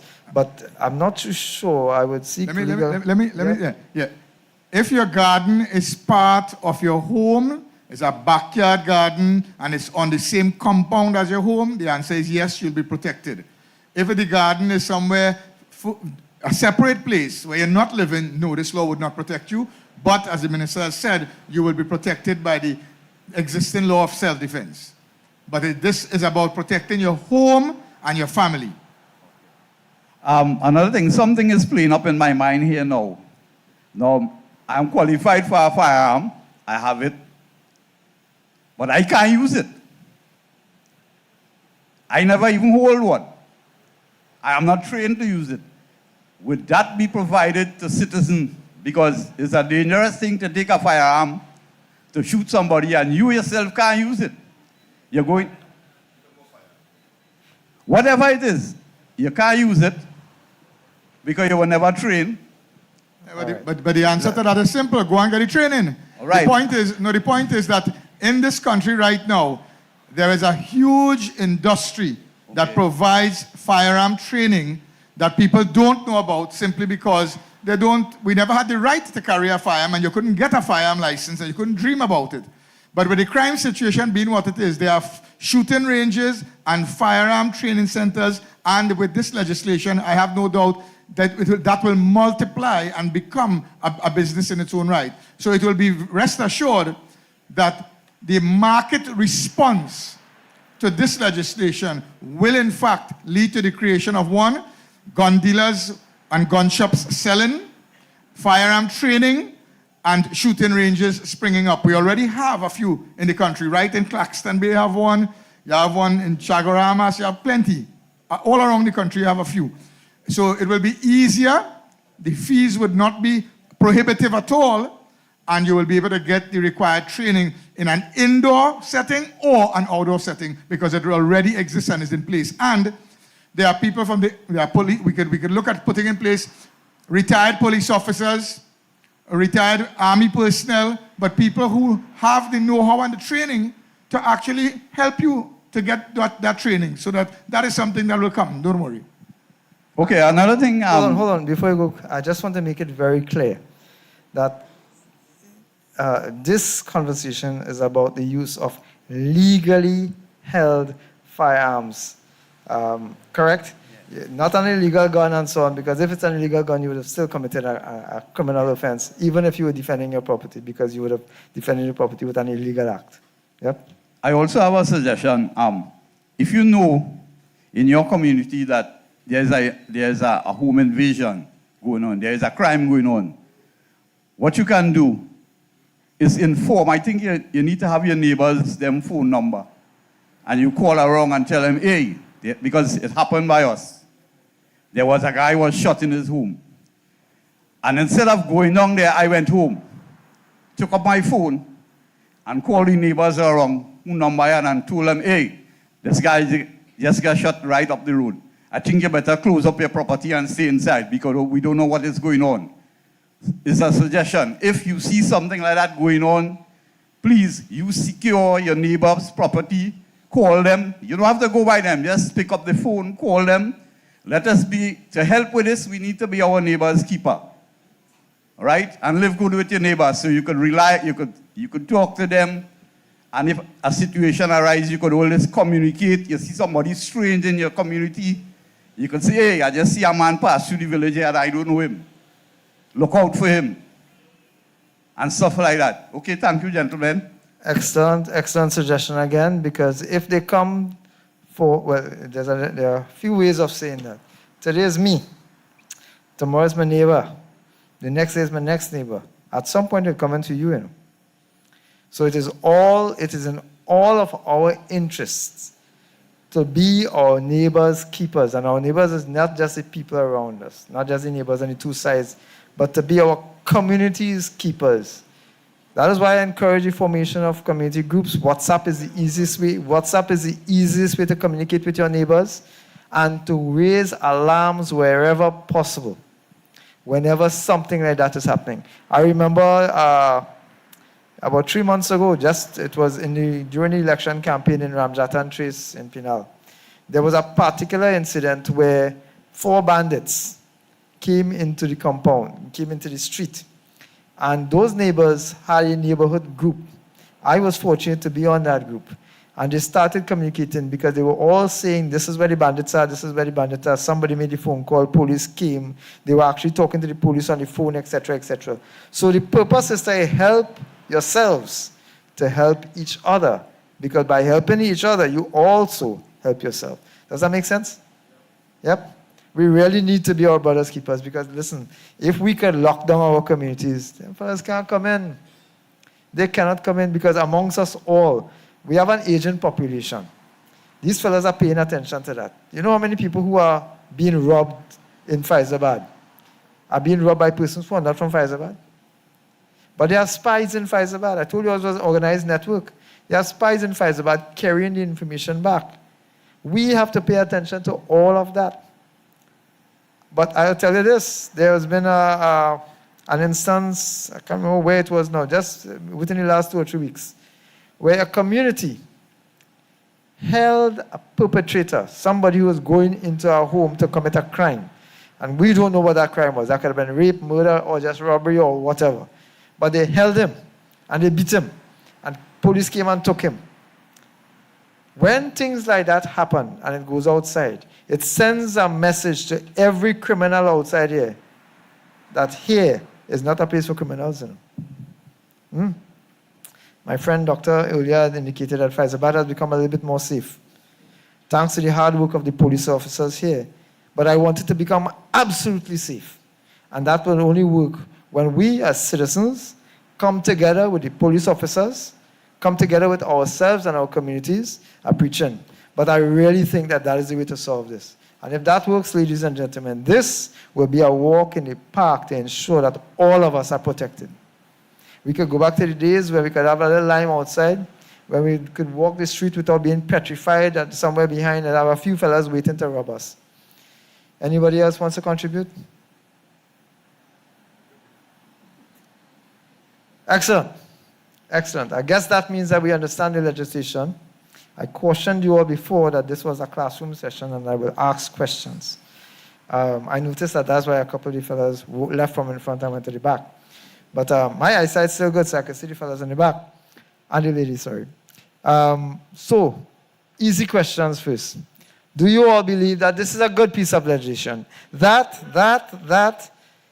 the Home Invasion, Self-Defense and Defense of Property Bill 2025, do you believe that this is a good piece of legislation?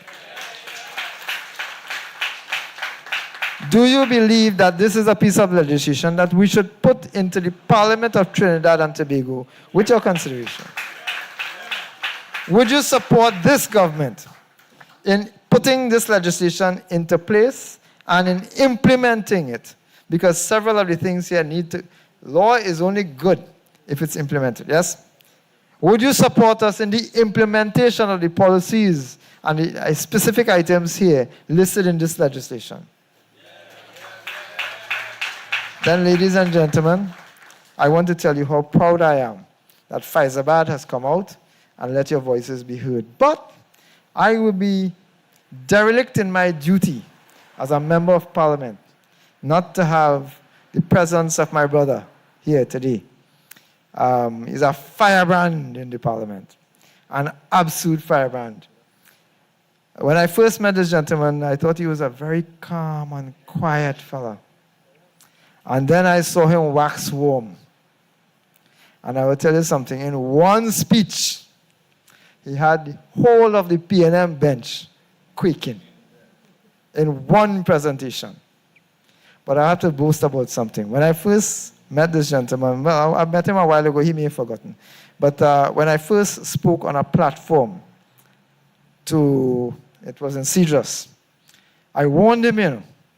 I told him I will be waiting at the doors of the Red House with open arms to welcome him as a member of parliament and as the next member of parliament for Labre.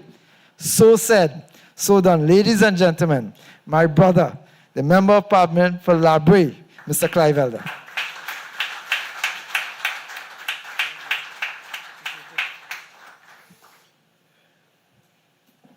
Mr. Divijat Tanku, my MP, our MP, and Minister of Finance, Mr. Anand Ramlogan, eminent senior counsel, His Worship, Mr. Meru,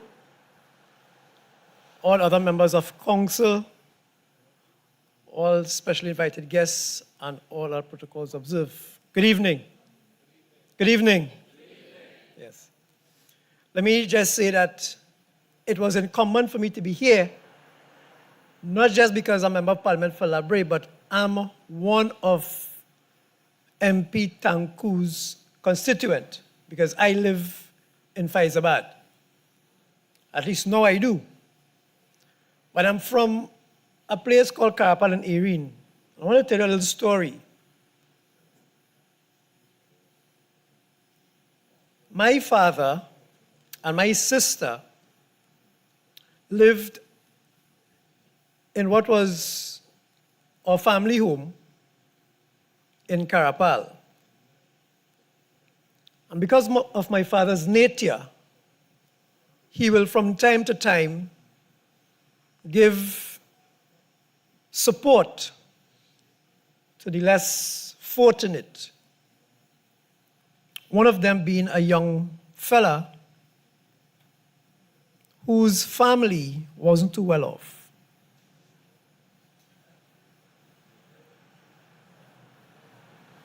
A few months after providing that support to that family, that young man repaid my father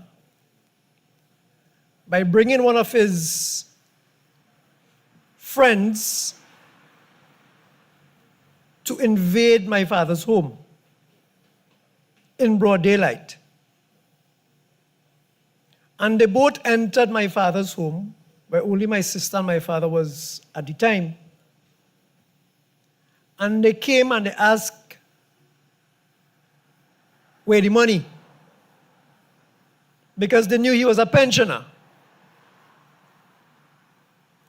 And they were armed with cutlasses.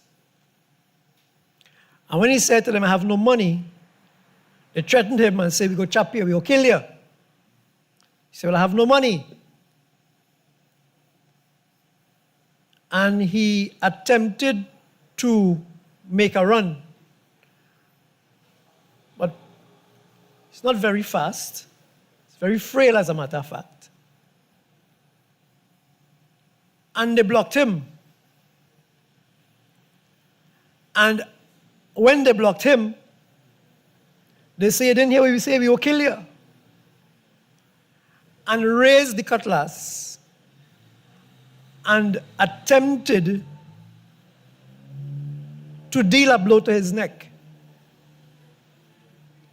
He raised his hand, and in raising his hand, they chop off this bone clean and the next one fractured.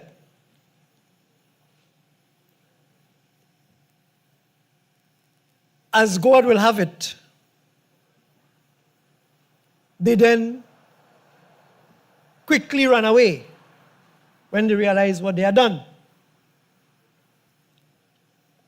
I got a call saying, come quick, some bandits just chop up daddy. And when I went and I saw my father in the road, because he had run out of the house by that time, his hand was basically holding on by this other bone and some flesh. Big, gaping, open wound in his hand. And we had to quickly take him to the hospital. But he's a very strong man because I didn't even see him flinch. But when the case came up in court, as I told you, it was broad daylight, they had on no mask. If I ask you to describe the person next to you, to describe them, and describe them to a T, so that anybody will know it's that person you're talking about, you'll have trouble describing the person next to you. So they went to court and they asked my father to describe the person who attempted to chop you. Mind you, the charge wasn't attempted murder. I was not the charge. The charge was something with inflicting grievous bodily harm. That was the charge. And my father, old and frail as he was, had to go in the court day after day, time after time, because the matter will call, get put off, and relive that situation in an attempt to get justice.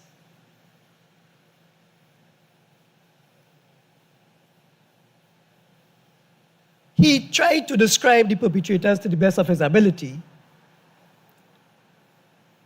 And the gentleman who chopped him asked, Mr. Henry, you know is I chop you? He said, yes. How you know it's me? He said, because I know you, boy.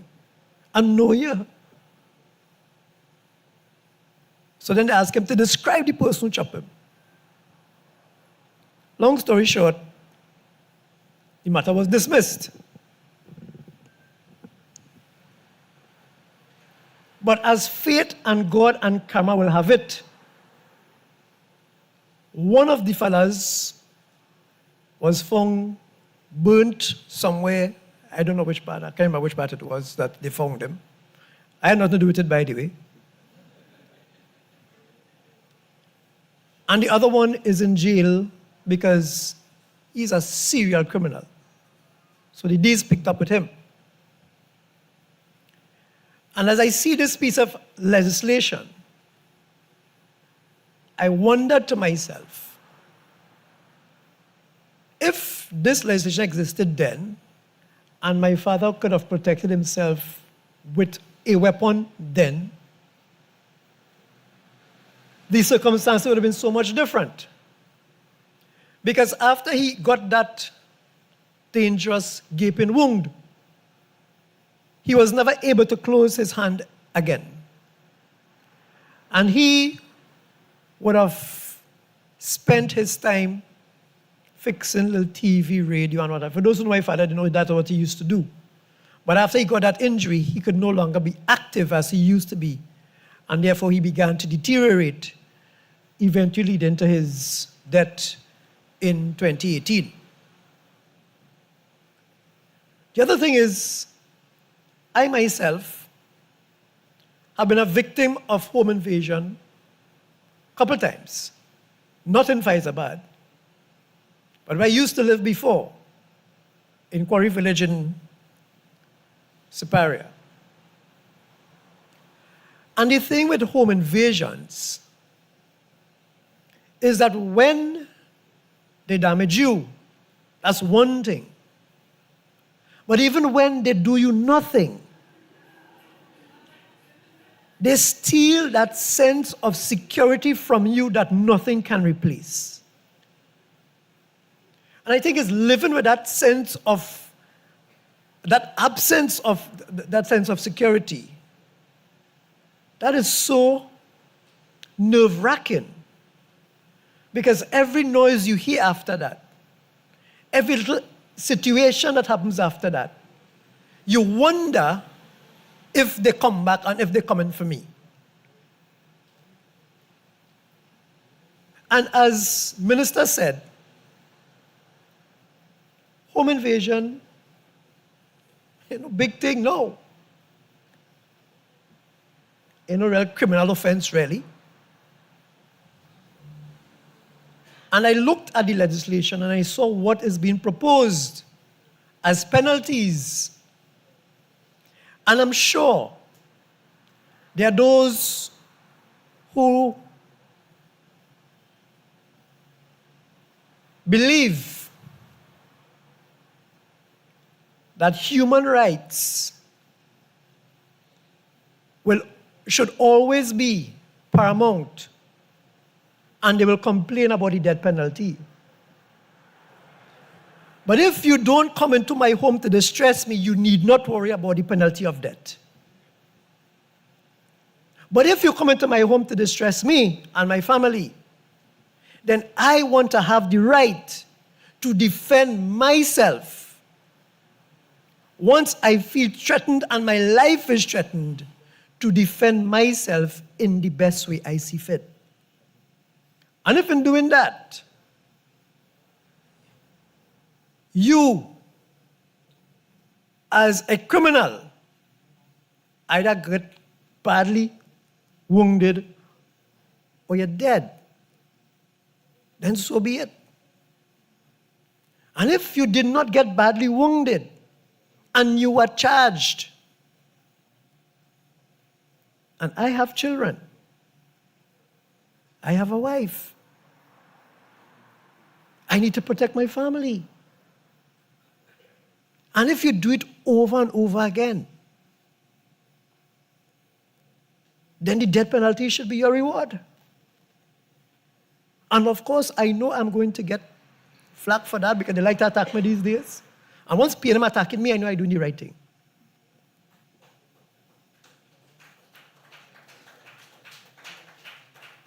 If you do not enter my house to make me feel unsafe, then you need not worry and fear about what this legislation has in it.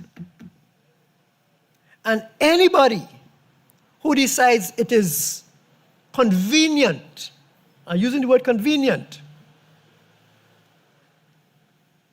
to speak out against this legislation, then you are in fact encouraging criminals and criminal activities in this country. And I make no apologies for that. So I want to say tonight that I support our Prime Minister, the Honorable Kamala Persad-Bissessar, and the government's thrust to ensure that we return to this country and to our citizens, our law-abiding citizens, that sense of security that has been stolen from us for far too long. It's time we get back that sense of security in our homes. And tonight, I am more than pleased and honored to be here. And I want to thank my big brother, he calls me little brother, MP Tanku, for having this standing ground consultation here tonight. And even though I came late, I think I heard so much excellent suggestions and questions and contribution that I want you to give yourselves a round of applause because I think you did wonderful tonight. And no matter how much excellent and skilled lawyers and attorneys we have, and we have plenty, none more eminent than Senior Counsel Anand Ramlogan, and no matter how much technocrats we have, and no matter how much professionals we have, always connecting and hearing from you is always so important. And sometimes, most times, the ideas and the suggestions come from you beats back any technocrat, any professional, any skilled persons we have at the government level writing these legislation. So I want to thank you again for your suggestions, for your questions. I think you did a wonderful and excellent job. And I want to say that I, Member of Parliament for Labray, will be voting in favor of this legislation when it comes to Parliament in the new term. Thank you very much, brothers and sisters.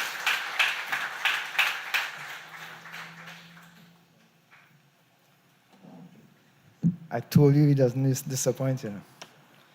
Spoke from the heart and connected almost immediately with everyone.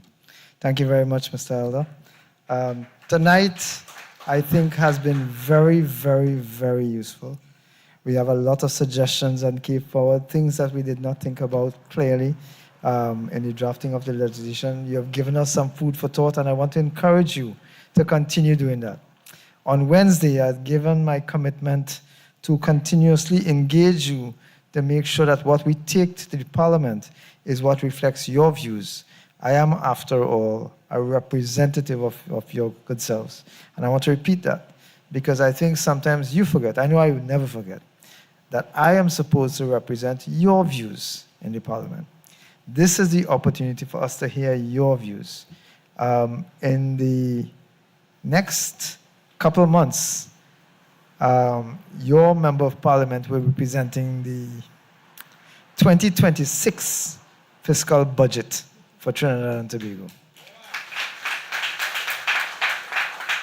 It is a very, very difficult task. We have had some challenges. We have some major challenges as a country because of the way the former government has run this country. They have spent over $660 billion, and we all know everything is in total disarray until May, when we assumed office. I want to thank you all for your support, but also for your belief that we can make a difference, because I believe so too. I believe with your support, we can fix this country together. In that vein, we are continuing the consultations on Wednesday next at 6 p.m. at the Avocat Vedic School. We will be hosting the Faisabad budget consultation. At that consultation, we'll be providing more opportunities for you to talk to us. Tell us what you would like to see in the budget, this current budget, and in budgets going forward. It may not be possible to do everything that we want immediately. It may not be possible because we are constrained by circumstances. But I assure you, as night follows day, with your support, we will make this country better. I assure you, now I've said it very, very, very calmly. I said it very, very calmly because I believe that we cannot, in this particular piece of legislation, allow a handful of criminals to hold us to ransom. This legislation gives you the chance to fight back and to fight back effectively under the protection of the law. In the budget, you will have the opportunity as well to tell us what you want to see. And so I open the floor, I openly welcome you all to budget consultation, Avocat Vedic School, 6 p.m. on Wednesday. That is Wednesday coming. I look forward to seeing you all there. I look forward for your ideas. Tonight has inspired me because several good contributions, several impressive contributions have been made, which provided information for food for thought and for some actual changes that will come forward. Thank you all very much. I also have a good piece of news. I love when people give us pieces of paper like this that says refreshments have been provided for all. Thank you all very much. Have a good night. Go home safely, ladies and gentlemen. God bless.